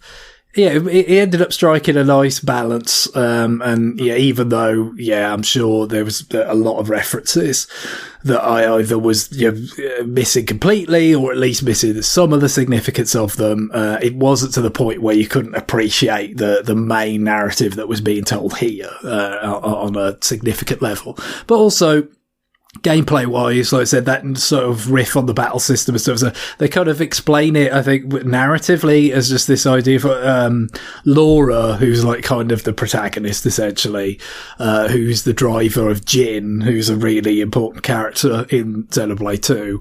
The other characters remark about, you have this really unique fighting style where you kind of trade back and forth with the single sword, and she's like, yeah, we're just poor, we can't afford more than one sword. That's how they explain this sort of shift in the battle paradigm of that, the kind of the characters, the driver and the blades could swap between like, okay, who's in the front, doing the active battling, and then who's kind of playing a support role from the back and stuff. So, kind of an interesting wrinkle to that, and it worked out, pretty well for the most part. Just the amount of kind of quests that I was doing, pretty thorough, with the bonus XP you get from that and from exploration. I probably got a little bit over leveled, but not ridiculously so it didn't make the battles trivial, but there was never any real significant roadblocks either. It was a pretty smooth kind of progression, and really the biggest gating mechanisms in the game is the community building element. That's really one of the biggest parts of the game. It is how it kind of measures your progress, is the notion that you've got all these people in Torna and some of Gormott as well. You do get a bit of that Titan that did feature in the Xenoblade 2 main story. You kind of recruiting them, or into your fold by solving their problems, making friends with them, whatever it might be. And sort of as you do this community level kind of goes up, and for certain key sort of moments in the story to kind of trigger, you've actually got to get that up. But I mean, really all it amounts to is just doing quests and stuff. And again, the Future Redeemed iterated on this, with its sort of community building elements as well. But yeah, it's really kind of front and center here. But of course, it's an interesting choice when, I don't think it's spoiling anything to say that, if you have any familiarity with Xenoblade 2 at all, and even just how telegraphed it is, in the story of Torna as a standalone thing, you are playing in a place that is doomed. It's going down. Right. So it's an interesting choice of build up this place that is going to fall apart by the end. Well, and part of Adam is in your party, who they never show you in 2, but they talk about incessantly, and he's in charge. It makes sense as a conceit, but yeah, it does. It's doomed. No one else does. So there's this weird, omniscient third person part where it's I know everyone here is gonna die. Yeah, well, I mean, one of the funniest things actually was having sort of went to the last boss essentially at a point where I still had more community stuff to build up, or more levels I could have ascended to. But I thought, well, let's go now before I get too over leveled. This is going to kind of make it trivial or whatever, and then I'll do more quests afterwards. And so you see the ending. And then, do quests for, do this quest for this character that I've literally just watched die. And it's quite peculiar in that sense. So it's probably even more of a downer than Future Redeemed in that sense. Future Redeemed has a similar quality to it, where it's this place isn't around in the main. Yeah. So, but there's a little bit more of a fanatic, because they kind of trying to use that as a coda for all the games. Future Redeemed, it ends on a little bit more of a kind of uplifting note, and some additional layer of resolution, even though chronologically it's before obviously the end of Xenoblade 3 to the whole trilogy of games. Whereas with this, it's just very much no, it's all pretty bad. The outcome of it is very, very much setting the stage for not just the characters or even the particular continent that are not going to be around in the main narrative, but also why the world is so in decline and, in crisis. It all traces back to this, seemingly. Again, my recall of all the details, my command of that is not great, but it was enough to kind of see that's what they were telling you. With your time away from Xenoblade 2, whereas I played these games literally the day they came out, there's a character that is a very important character in this game, as well as, I will say, not necessarily the big bad of the Xenoblade 2, but responsible in many ways. I assume you know exactly who I'm talking about. I would have thought so, yeah. Did you have the same, like, when I saw him in this game, I just immediately started hissing at him like a cat. Because I was just like, oh, this motherfucker right here. Sure. Everybody else is just like, it's very nice to meet you. I'm like, kill him. Kill this asshole. Is there something weird about, like, a character who is revealed to be particularly evil late in the story that you meet him, and then seeing a prequel where it's like, everybody's like, this guy, he seems very good and nice. It's very, it's whatever the opposite of disarming is. Like, it just puts you extremely on edge every time he's on screen. It was kind of interesting. Again, some of it might be just because of what I've forgotten about the core narrative being so many years ago. But it was kind of like, oh, I see. Like, so he has like a rise to prominence. Like, he's right. I always kind of assume, like, when he goes on his Amalthus that we're talking about, he goes on his kind of quest and he comes back, and I just kind of assume that made him.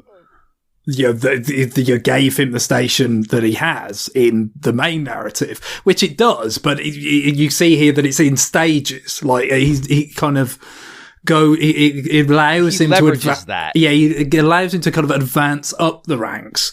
But they give you a little bit of a sort of insight into how it happened and stuff. But so that was kind of interesting.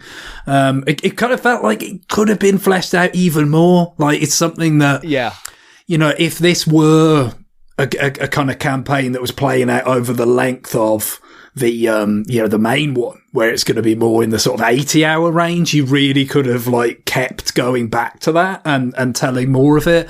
And again, it's similar with Future Redeemed as well. You always feel like, this concept is big enough that you could have built, an even bigger game around it. But I'm kind of glad they didn't, because, like I said, I like this guy. You get the grandeur of Xenoblade, these big, beautiful environments and the rich, lovely music and all that, but it doesn't demand that you play for like 80 to 100 hours. It's a really sort of sweet spot for me, that I enjoy, quite a lot. So, it worked out very well in the main. I guess the biggest sort of problem I had with it really was just some of the elements. Like I said, the gachapon stuff's gone, but there's some of those character building elements from Xenoblade 2 that were particularly sort of idiosyncratic, shall we say, like that affinity web thing, with like the field skills and the combat buffs and stuff were so granular and so specific, and it just, like, consulting with that of like, oh well, have I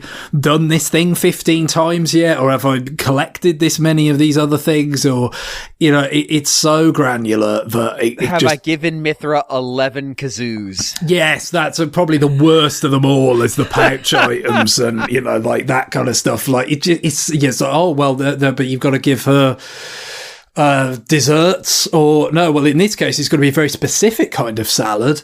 That stuff I was not that fond of in the main Xenoblade 2, and that did survive into this. And, like, especially, it's unfair obviously because these games were made in the reverse order, but coming to it from Future Redeemed, which obviously had the benefit of iterating on Xenoblade 3, which iterated on this and 2, it all feels like they haven't streamlined it or made it more kind of intuitive yet, and just yet. So some of those elements are just not quite, it does feel like going backwards, because it is.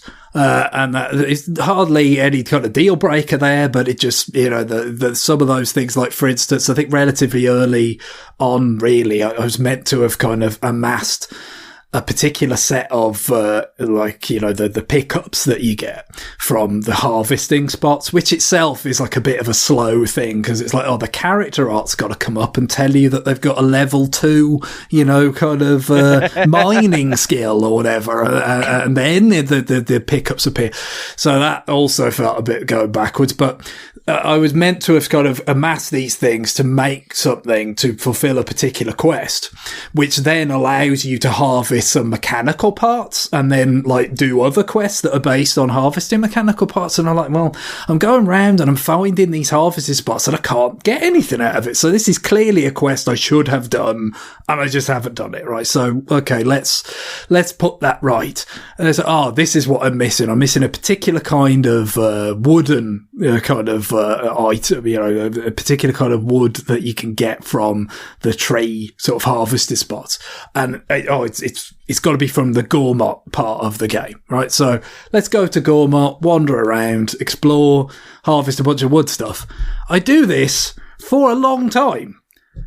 And then it's not coming. The bits that I get all sorts of different wooden drops, but not the one that I need. It's good. What in God's name is going on here? I've been everywhere, and it's just like, well, it turns out there's just this, relatively small number of tree harvested spots that actually yield this particular kind of wood that is required to, craft this item that then unlocks that quest that then lets you harvest the mechanical stuff that's useful in a number of quests and things.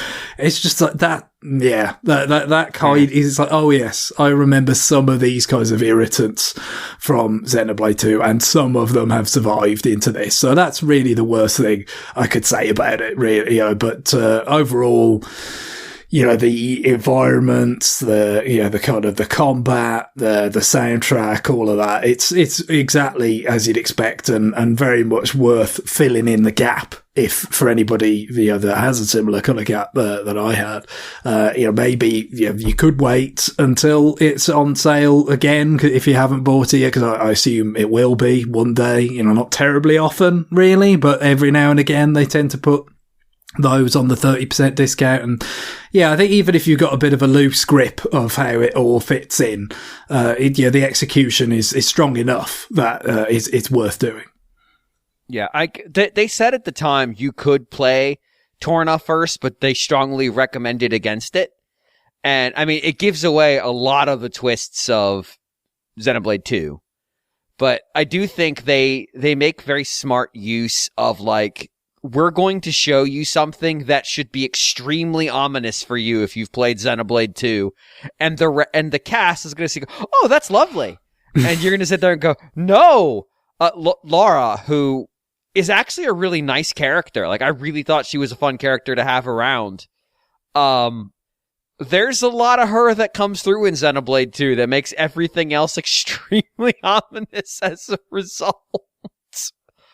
But I mean, I guess that really all comes back to her blade, who is obviously a major player in that game. No, he's a very important character, and that really does feel like there's a lot of it. It's just like you're meant to kind of feel like, oh yeah, she was this very kind of charming person that then when she's not going to be around, it's going to leave a void that's going to be a problem. Basically, I guess that's a lot of what they're going to try and establish there. But no, it's like I said, I think even if you don't have that kind of because you would have had a very direct kind of retention of everything, like I did when I did Future Redeem relative to 3 last year. Although again, that referenced all the games, so that was more of a challenge for everyone, because it was like you're referencing the first game as well, and so forth. Referencing games not even in the series. Which True. Yes. Very good point. At least hardly like entirely essential. But the referencing, absolutely. So, no, and also I think the map is better here, right? Because I mean, it was aggressively useless in Xenoblade 2, whereas here I wouldn't say it was always like and you saw it after the patch, remember? Because I saw it before the patch when it was even worse. That's tricky, because I got on it straight away. I played it launch day, but it took me such a while to finish. I think I saw. I think I saw bits of both essentially with the map, but so I never saw the new map. But yeah, is it perfect or anything? No, but it's definitely like I have to think it's a bit of a dim memory now, but I have to think it's a fair bit better than that, because it was these complex environments, in terms of relief and all that kind of stuff. Like it was just not fit for purpose at all in the base campaign. It's a three-dimensional world in a way that most RPGs aren't, and sometimes that's hard to depict, especially when the game loves to have hidden areas and they don't want to give it away on the map, so they give you tiny little hints. But but sometimes you'll get a quest marker that says it's here, and you'll walk there and there's nothing, and you're like, what? What do you mean it's here? And the reason is because it's underground in a cave that's like 1.5 miles that way to find the entrance. And 3 has a little bit of that too, to be honest. Oh, sure. But, yeah, like I said, it's probably still, didn't get to like, I mean, do you want everything laid out, like, to be super transparent? No, but it were times with 2 where it almost felt like it was actively misleading. It was that poor, yes. You know what I mean? That you want to avoid. Yeah. I think I actually think 2 is important in a post 3 world. I think Torna is actually kind of important for explaining. And we talked about how Future Redeems explains why the world of 3 is the way it is. Torna does a decent job of doing that for 2, not just in the immediate crisis that's going on in 2, but like, why do Blades lose their memories? Well, now we know. Now we know exactly why Blades lose their memories, because if they didn't, it would get real bad real fast. Because they're immortal otherwise, and they would be constantly dealing with loss. It's the whole, like, the immortal person losing everyone they care about thing. But infinitely more intense because you're literally life-bound to this person. Like, it does do a nice job of, like, fleshing out the underlying reality of 2, because 2's world is completely fucking insane, even by Xenoblade standards. It is, yeah, definitely. I think it's a fair point, because the thing about 2, compared to 3, and even compared to Torna itself, the tone is all over the place. Oh my god! Because in some ways it's like very like grim, like it's a world in like terminal decline. Yes. And then on the other hand, it's like anime hijinks, Zeke and Pandoria are basically Team Rocket. They're still my favorite. I don't care. It's so silly. It's so, like, way sillier. I mean, they've all got silly stuff in it, don't get me wrong. And even Torna, a game about a place is going down, has plenty of silliness in it. Like, there's also with the bloody Nopon that wants to like invent his own currency, or the 4 Muscapons, or like there's loads of foolish. There's like the aggressive crowbarring in of Mithra's inability to cook, which produces like Breath of the Wild style censored food, and like there's loads of like light-hearted stuff, but generally speaking, it's a lot more kind of grounded and a lot more kind of confined into like, okay, this is the general kind of tone that we have like light moments, and we have it, but it's basically a tragedy. So that's, how we're going to do it, and that's more similar to 3. Which again has its silliness for damn sure, but the whole like endless war thing and all that, like that was kind of definitely played a bit more to that kind of darker side and whatnot. So it kind of recontextualizes the world of 2 a little bit more in line with the tone of like some of the other games, and I think it works generally. There was just less whiplash than I remember kind of experiencing than with the second game. Yeah, and I'm as a person who loves the whiplash, who loves seeing like, okay, these Nopon are really making uncomfortable robot companions that borders on fetish objects. What, they're going to militarize this? Oh god, they've made Rosa. And it's just the giant mech thing. Like, to me, that's fine. I'm having a great time with that. But yeah, Torna needed to be grim for the most part, because you know what's coming and they know. But yeah, you're right. It's a tragedy in the sense, and even in the most like theatrical sense, where like the audience knows this is going to go badly. They might not know how, but they know what they've signed up for when they came into the theater. So, the characters don't, but you do have fun. Like the first audience who saw Macbeth did not expect to have a happy, fun time. They knew what they were coming into. They may not have known where this was going to go. We at least have the benefit of knowing how this ends. It was just how we got there. And I think the characters that are still alive by the time Xenoblade 2 kicks off, which is quite a long time later, it gives us a lot more context of why they are the way they are. Like, why is Amalthus so completely fucked up? Xenoblade 2 gives you some of that. But why does everyone bend to his will? Why does he have control of these blades that we think he shouldn't? Why is Mithra and Pyra the way they are? That kind of stuff. Oh yeah, that was interesting actually, because again, I don't know whether that was something I'd forgotten how much they talked about how Pyra came to be. Right. But it's a cycle. She had a psychological mind break, basically. It's actually, if I could liken it to anything, I'd be liking it to sort of Lost Highway, the David Lynch film, where it's like you have some sort of moment of such intense distress that you actually manifest as a different person entirely. Yes, which makes the ending the ending of 2 and how that plays into 3 extra fucked up. But okay. That's fine. I don't care. I'm just going to ignore it. I'm going to choose to ignore that very weird component of the lore. Very weird and upsetting. So how many hours did you think you spent with it? Like I said, I'm at about 30 now, and I have one last community point to gain, which appears to be a function of hunting down all the unique monsters, which is basically where I ended up with Future Redeemed. I mean, I think pretty much did everything in that except for a few of like the super bosses. So yeah, I'm pretty much at that point again. Cool. Guillaume. Yeah. What you up to? Yeah, so I dropped Dropsy. I'm not playing it anymore. It's Damn. Yeah, I don't know. It was just annoying me. I wasn't having any fun, and I looked at a walkthrough, and I saw that was maybe 1/5 of the way in there. All right, so good I call. thought, yeah, let's not play this anymore. But I also kind of dropped Crackdown as well, even though I'm enjoying it. I think I'm going to go back to it.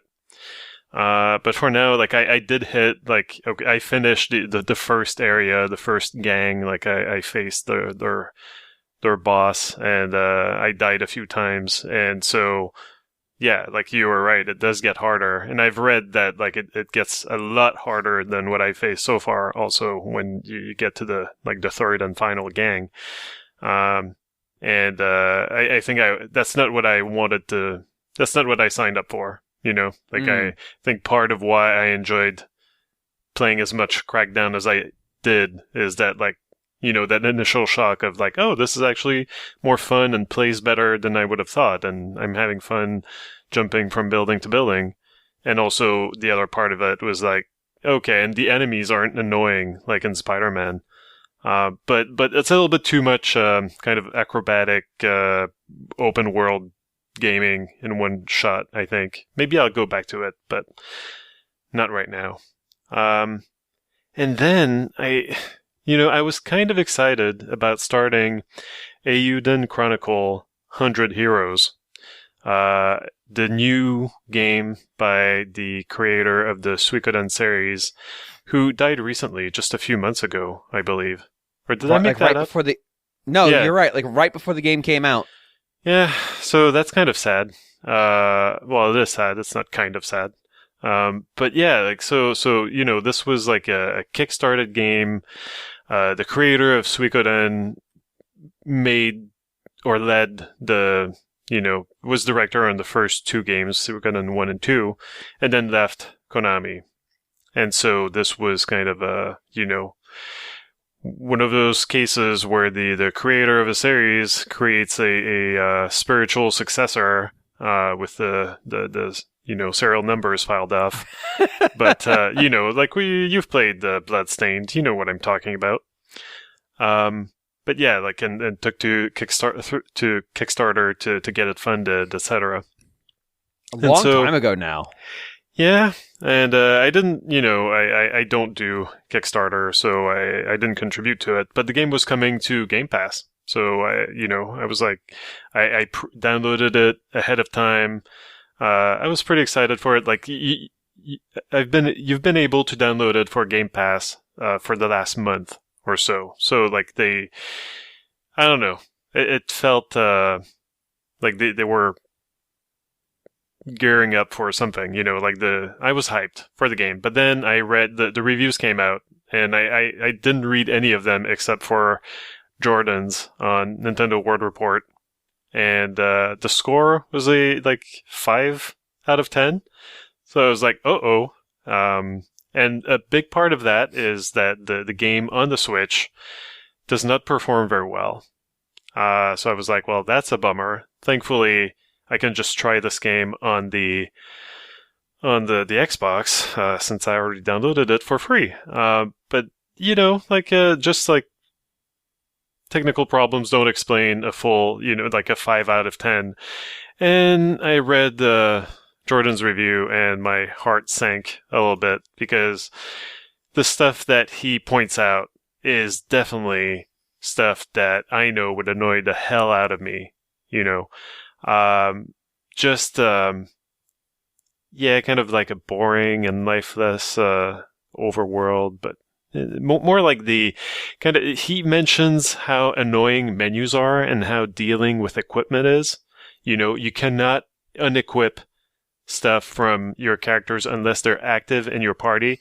And this is a game titled Eiyuden Chronicle 100 Heroes.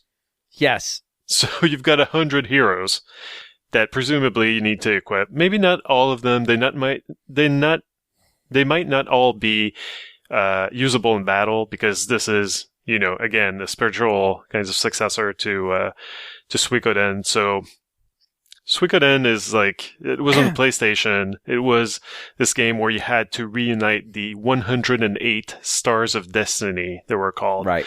Basically, they were 108 characters that had some sort of sigil, some sort of rune. It's water margin. It's just water margin. They just took speaking of filing the numbers off, they just filed the numbers off water margin. That's all it is. They took a piece of Chinese literature, changed the name, and said, "We're done here, boys." Although I technically think a Suikoden is the Japanese translation of water margin, so maybe they didn't quite file the numbers off. I think that might legitimately be it. But yeah, it's a story about 108 people who are assembled to be a fighting force. Right. Basically, your ragtag team, builds a base, and you're gonna fight the big empire. And it was a good game. I played the first one as a PlayStation 1 classic on the PlayStation 3. I really enjoyed it. It was pretty breezy. It was a lean 20 to 20. I think it took me 25 hours to get through, and that was refreshing, because before, Final Fantasy games on the Super Nintendo were maybe between 20 and 30 hours to complete. But once they got on the PlayStation 1, they got more 40 to 50, 60 hours to complete. At least 40. And so, I personally, I was not a big fan of that. Most Final Fantasy, I only played Final Fantasy 9, most of the way through on PlayStation 1, and I felt it overstayed its welcome. I played 10 on the PlayStation 2, felt it overstayed its welcome.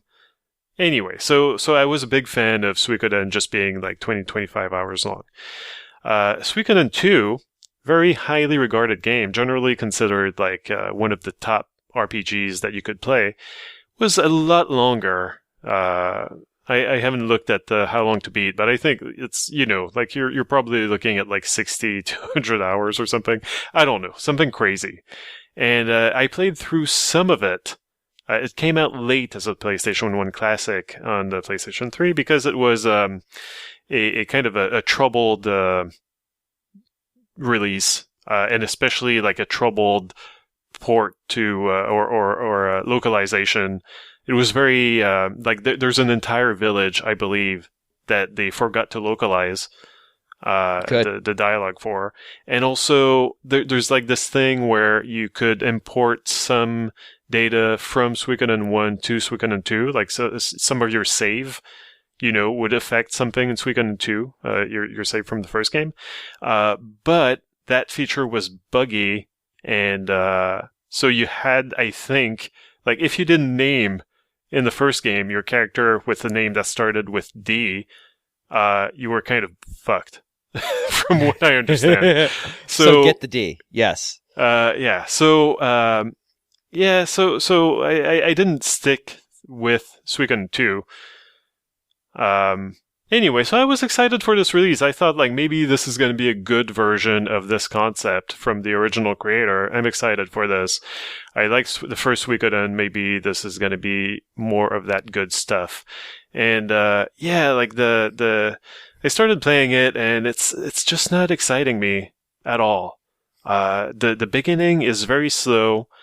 The beginning of Eiyuden. No, like I'm sorry, I'm jumping from one game to the next very quickly. But yeah, Eiyuden Chronicle 100 Heroes. I started it on Xbox, so I'm not dealing with slow load times or any kind of technical issues. But yeah, like the beginning is slow. You're constantly interrupted by vacuous, is that the word I want to use? Cutscenes every 2 or 3 steps. Oh, yes, that works. Yeah.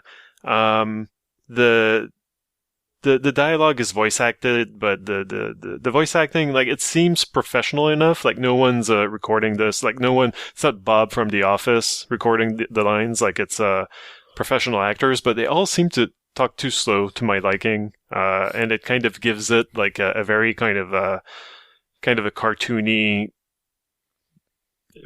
feel in a bad way. Like, I don't know how to describe it. I feel talked down to, basically. Like, I feel like, oh, you're making a big, cartoon voice for the benefit of all the little kiddies who are listening to this. I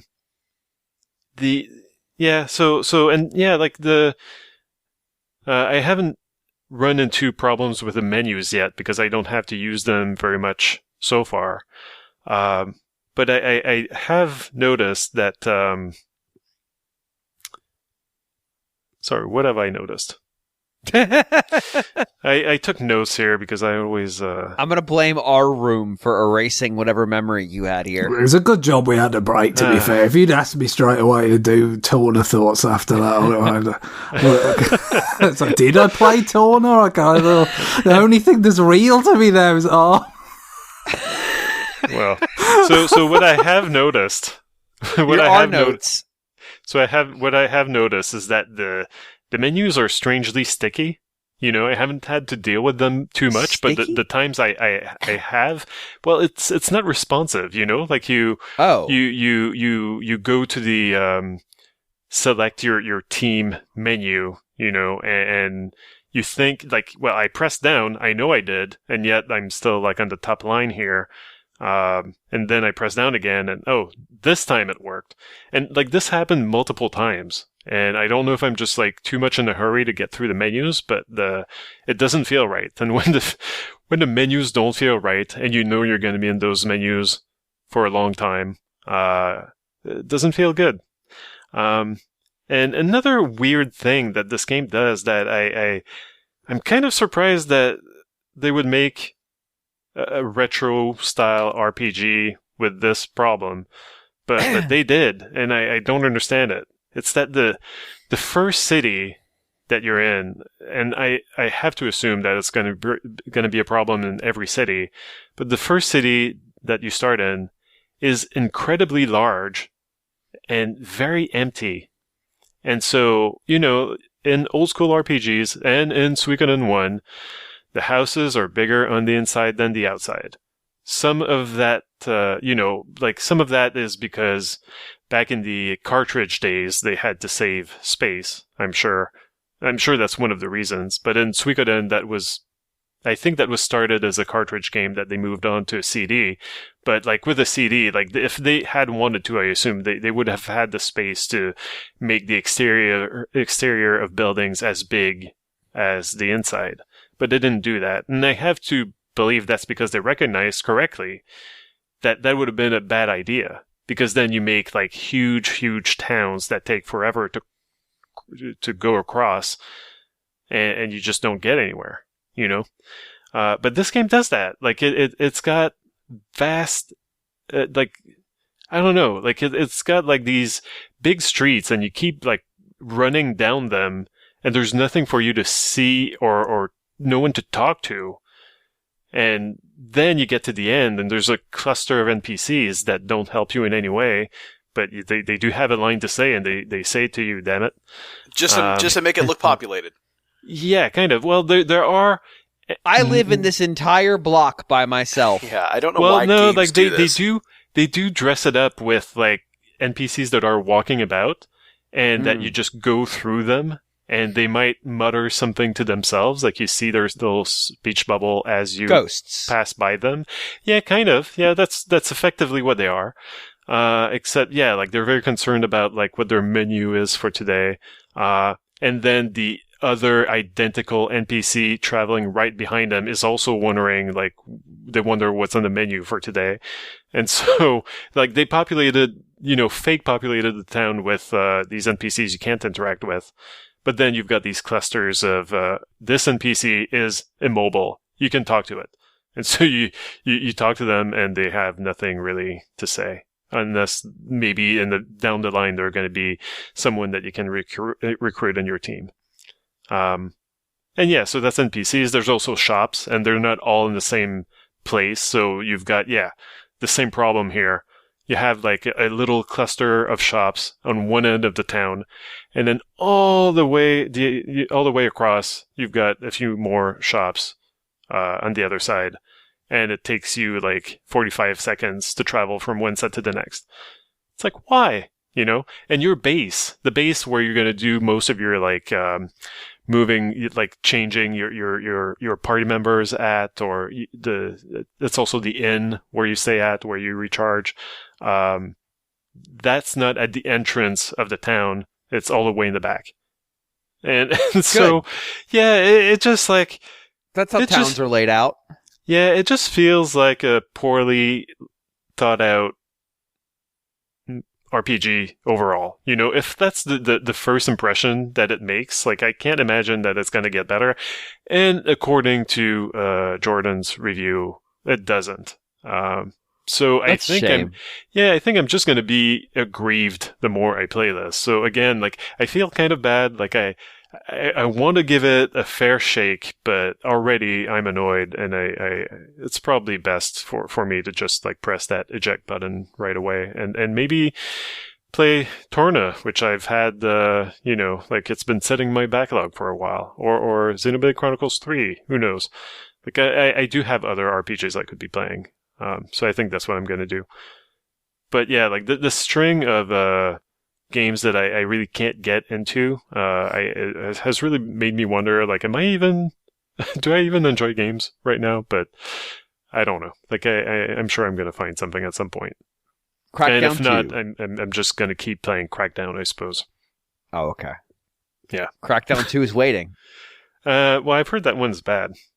By the way, Crackdown, like you were hesitant when I said, like, it's racist, right? You used another word for it. I played it like 14 years ago. Stereotypical was the word that James used.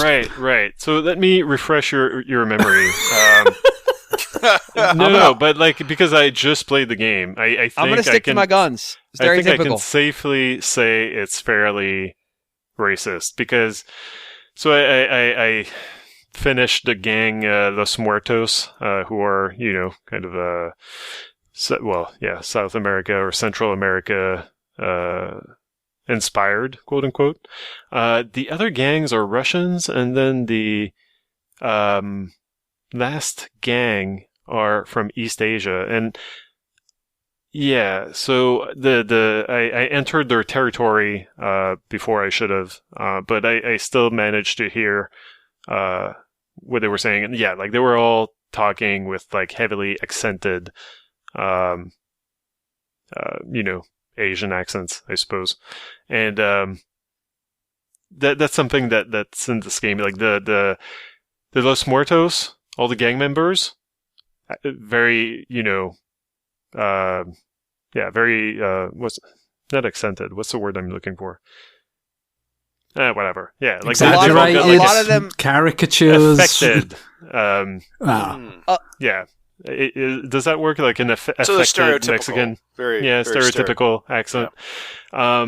But like a very specific, like they watched a lot of Danny Trejo movies when they were doing some voice acting. Yeah. But like all the civilians in their area of the map, they don't have that accent. Same thing with the Asian gang. Like they've all got this stereotypical Asian accent.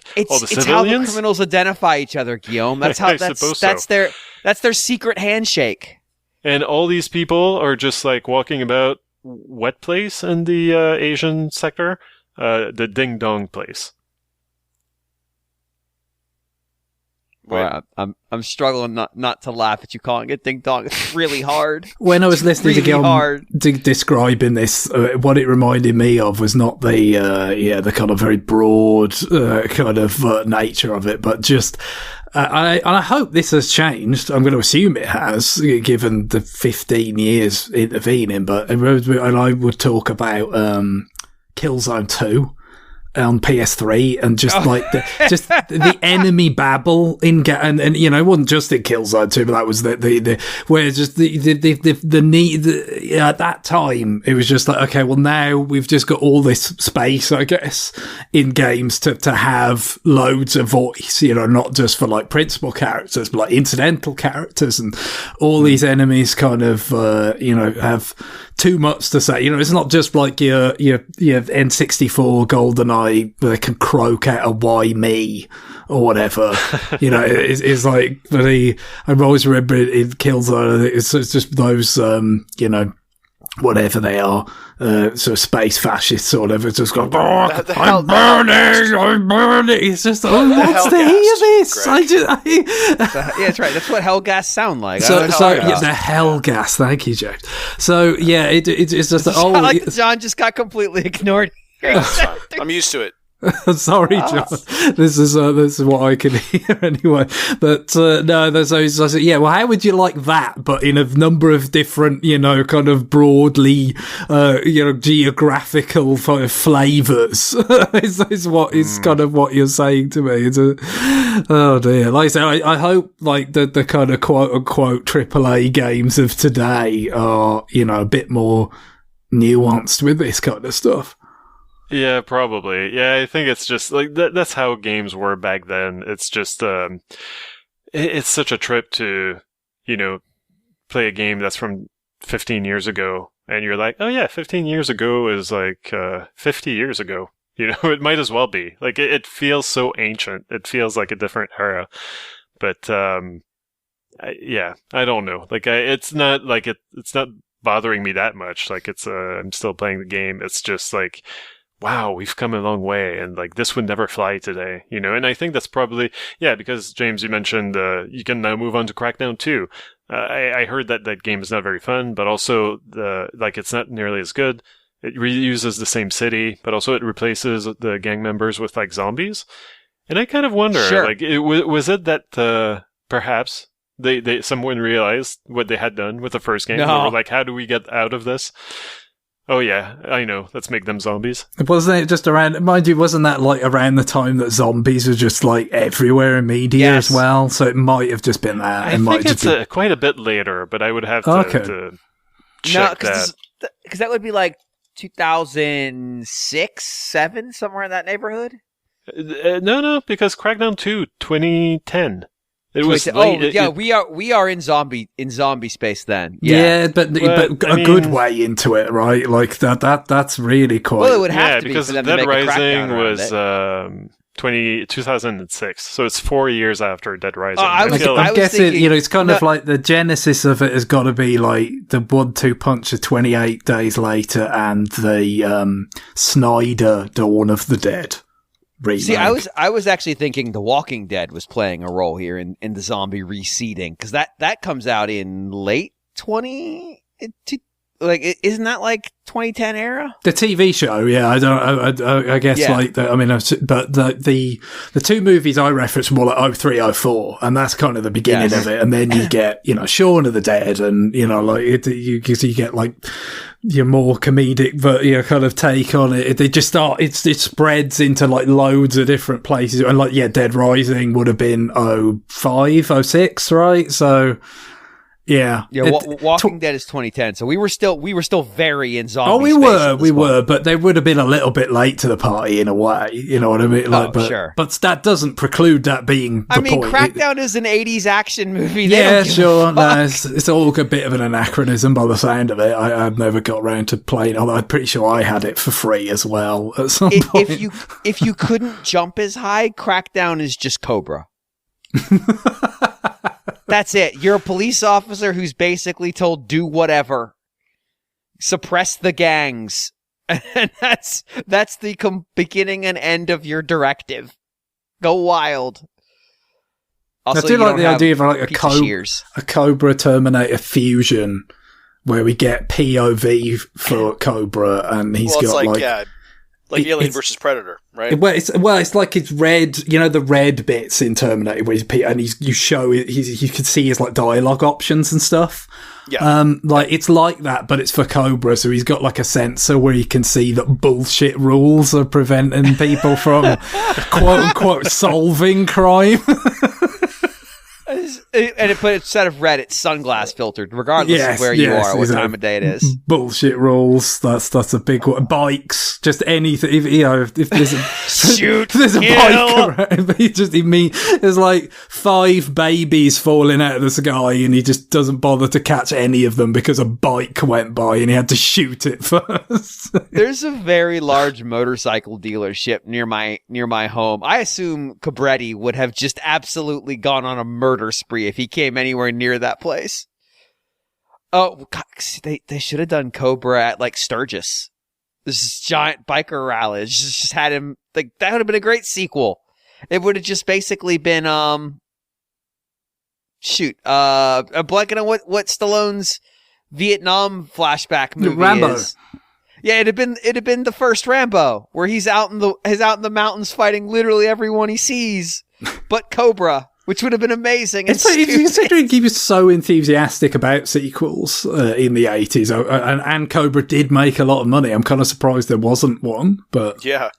Somebody had to have written. There's got to be a Cobra 2 script lying around somewhere. This is like, nah, we couldn't get him because he was going to do another 3 Rocky films. Or something. Yeah, he's too busy doing Tango and Cash, I guess. Surprised there wasn't a Cobra cartoon. Everything had a cartoon back then. I want to own God, that would be terrible. I want to own a repertory house where we play double features of Cobra and Stop or My Mom Will Shoot. Just back you want to back. talk about chasing trends? Yeah, he was chasing bloody Schwarzenegger's coattails, isn't it? It was just like, well, Schwarzenegger did Twins, which is like a ridiculously successful movie, apparently. Like, they're still getting residuals from that to this day. He and DeVito and the director. Like, Crazy. Lord. And so, yeah, then Stallone's like, well, you know, I must do Stop or My Mom Will Shoot. I don't have a choice in the matter. Well, in Kindergarten Cop, which came out also around that time. So, oh yeah, God, I just think that's a good double feature. I think that's the right combination of films to really to show his complete acting range, isn't it? You know, yeah, exactly. Shows they have the same premise. He's a police officer who's investigating crimes. He just takes very different approaches to it. Extremely different approaches to it. And now we're back to Estelle Getty for the second time of the day, which means, Guillaume, do you have anything else to talk about? No, that's enough. Yeah, no, you're right. That's enough. We've managed to reach Estelle Getty twice in one episode. So on that, I believe it's time for us to conclude this episode. And I'm pretty sure the first time we did it wasn't on air, but that's okay. You just have to infer from what information you've already been provided how we got there. Emails, send them. Where? RFN at NintendoWorldReport.com. There you go. RFN at NintendoWorldReport.com. Guillaume gets the sticker today to put on the chart. I thought you were preparing that all the time. I get no reward. I thought he was preparing John for the big chair next week. But yeah. So I will be out next week. I'm on vacation. I would say it's well deserved, but I'll go with well needed. I will not be around to record, which means you will not hear my dulcet tones for 1 week. But I have, for better or worse, decided to leave the task of recording the episode and being the host to John. That's fine. And I expect only the finest minted RFN for my ears to consume as I return on my flight home. I mean, James, the last time I hosted the show, I think I did a completely respectable job. It was respectable. I will give you that. There was no self-indulgent ramblings. There was no, I kept everything on the rails, straight down the middle. I kept Guillaume under wraps. Greg was admirably respectable. Yep, absolutely. You tend to go off the rails. Don't act like you don't. John, but I mean, those are things the audience wants, though. Well, it's just... They want us to be direct. You came in here with fucking our home. 874 is going to be respectable. That's what it's going to be. I want 874 to be a complete, like, give us the audio version of your journey with Seren through the R Museum. Yeah, it's going to be respectable, wholesome entertainment. Well, that's what the R stands for. Yes, Respectable Museum. And respectable ships, yes. Oh my god. This movie is rated R for respectable.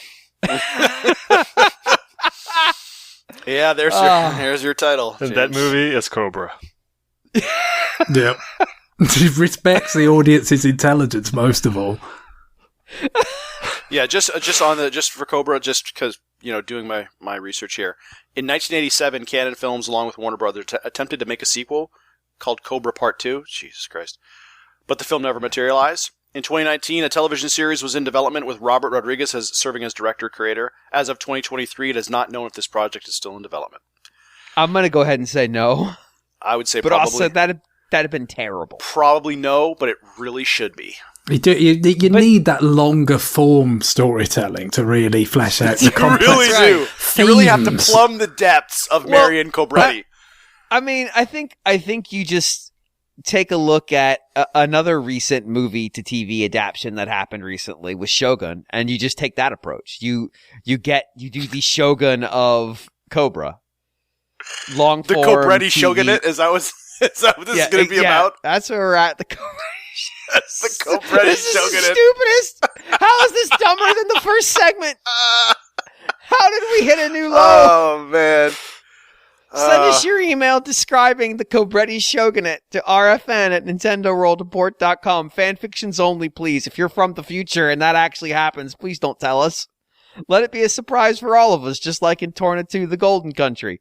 Bad and awful surprises. So, on that, Greg, what is our music to conclude this rambling train wreck of an episode? Yeah, it's a difficult job to sum it all up, isn't it? But we had a request in just now that I wanted to get to. It's quite interesting from AG. And so they said a fertile wood at heart from Turnip Boy commits tax evasion.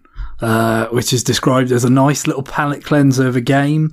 And this actually is the credits theme to that. Now, I do want to point out, so that is available on Switch. And also, I believe there's a sequel now that just came out this year called Turnip Boy Robs a Bank. I think. Yes. I was just trying to think, which other crime is it again? If it was Turnip Boy Rides a Bike, it'd be 5 minutes long. It'd be a very quick pilot because you'd be immediately shot by Marion Cobretti. But I buy that game. It's it's like WarioWare. It's just constantly dodge Cobretti. But no, so this is a kind of a nice mix of it's like obviously quite a sort of light-hearted, humorous kind of song about not paying your taxes, but it's got a kind of heartfelt quality to it because that is the concept of Turnip Boy commits tax evasion, is that he's brought up on some sort of bogus tax charges by corrupt authorities, and it's a kind of top-down, kind of somewhat like old school Zelda with some kind of rogue type of elements in there as well.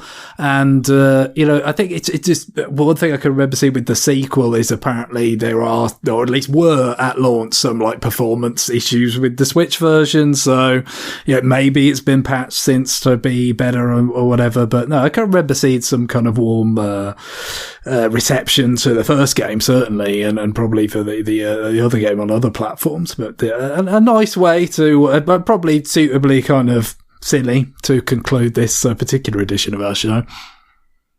All right. Well, on that, it is time for us to go. I will see y'all in 2 weeks, and these gentlemen will see you next week. Bye, everybody. Later. Bye. Bye-bye. And we can see you. Go to bed, turnip boy. You've done well. But us, we've gathered here to say farewell until next time. So you can sing along, or don't. Do you?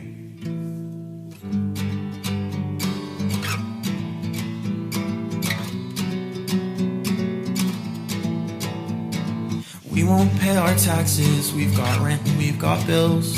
There's layers to the onion and his bureaucratic thrills. All you flora, all you fauna, let us venture through the land. Take down Mayor Onion and all his thieving plans. We won't pay our taxes, we've got rent and we've got bills. There's layers to the onion and his bureaucratic thrills. All you flora, all you fauna, let us venture through the land. Take down Mayor Onion and all his thieving plans. Spend some time peeling back those skins and you'll find out soon there are seeds within. We'll sing our hearts out loud, world spinning, cause the worst parts past, we're breathing still. So we fight through the woods, there's violence in history, we're speaking in ellipses. Secret is to try doing good, leave those snails alone, they got problems of their own. Make your mark, cause it's time always moves, don't waste it for a pay stub. Friends and family make up fertile wood at heart, fertile wood at heart, fertile wood at heart, fertile wood at heart, fertile wood at. We won't pay our taxes, we got rent and we got bills. There's layers to the onion and his bureaucratic thrills. All you flora, all you fauna, let us venture through the land. Take down Mayor Onion and all his thieving plans. We won't pay our taxes, we got rent and we got bills. There's layers to the onion and his bureaucratic thrills. All you flora, all you fauna, let us venture through the land. Take down Mayor Onion and all his thieving plans. We won't pay our taxes, we've got rent and we've got bills. There's layers to the onion and his bureaucratic thrills. All you flora, all you fauna, let us venture through the land to take down Mayor Onion and all his thieving plans.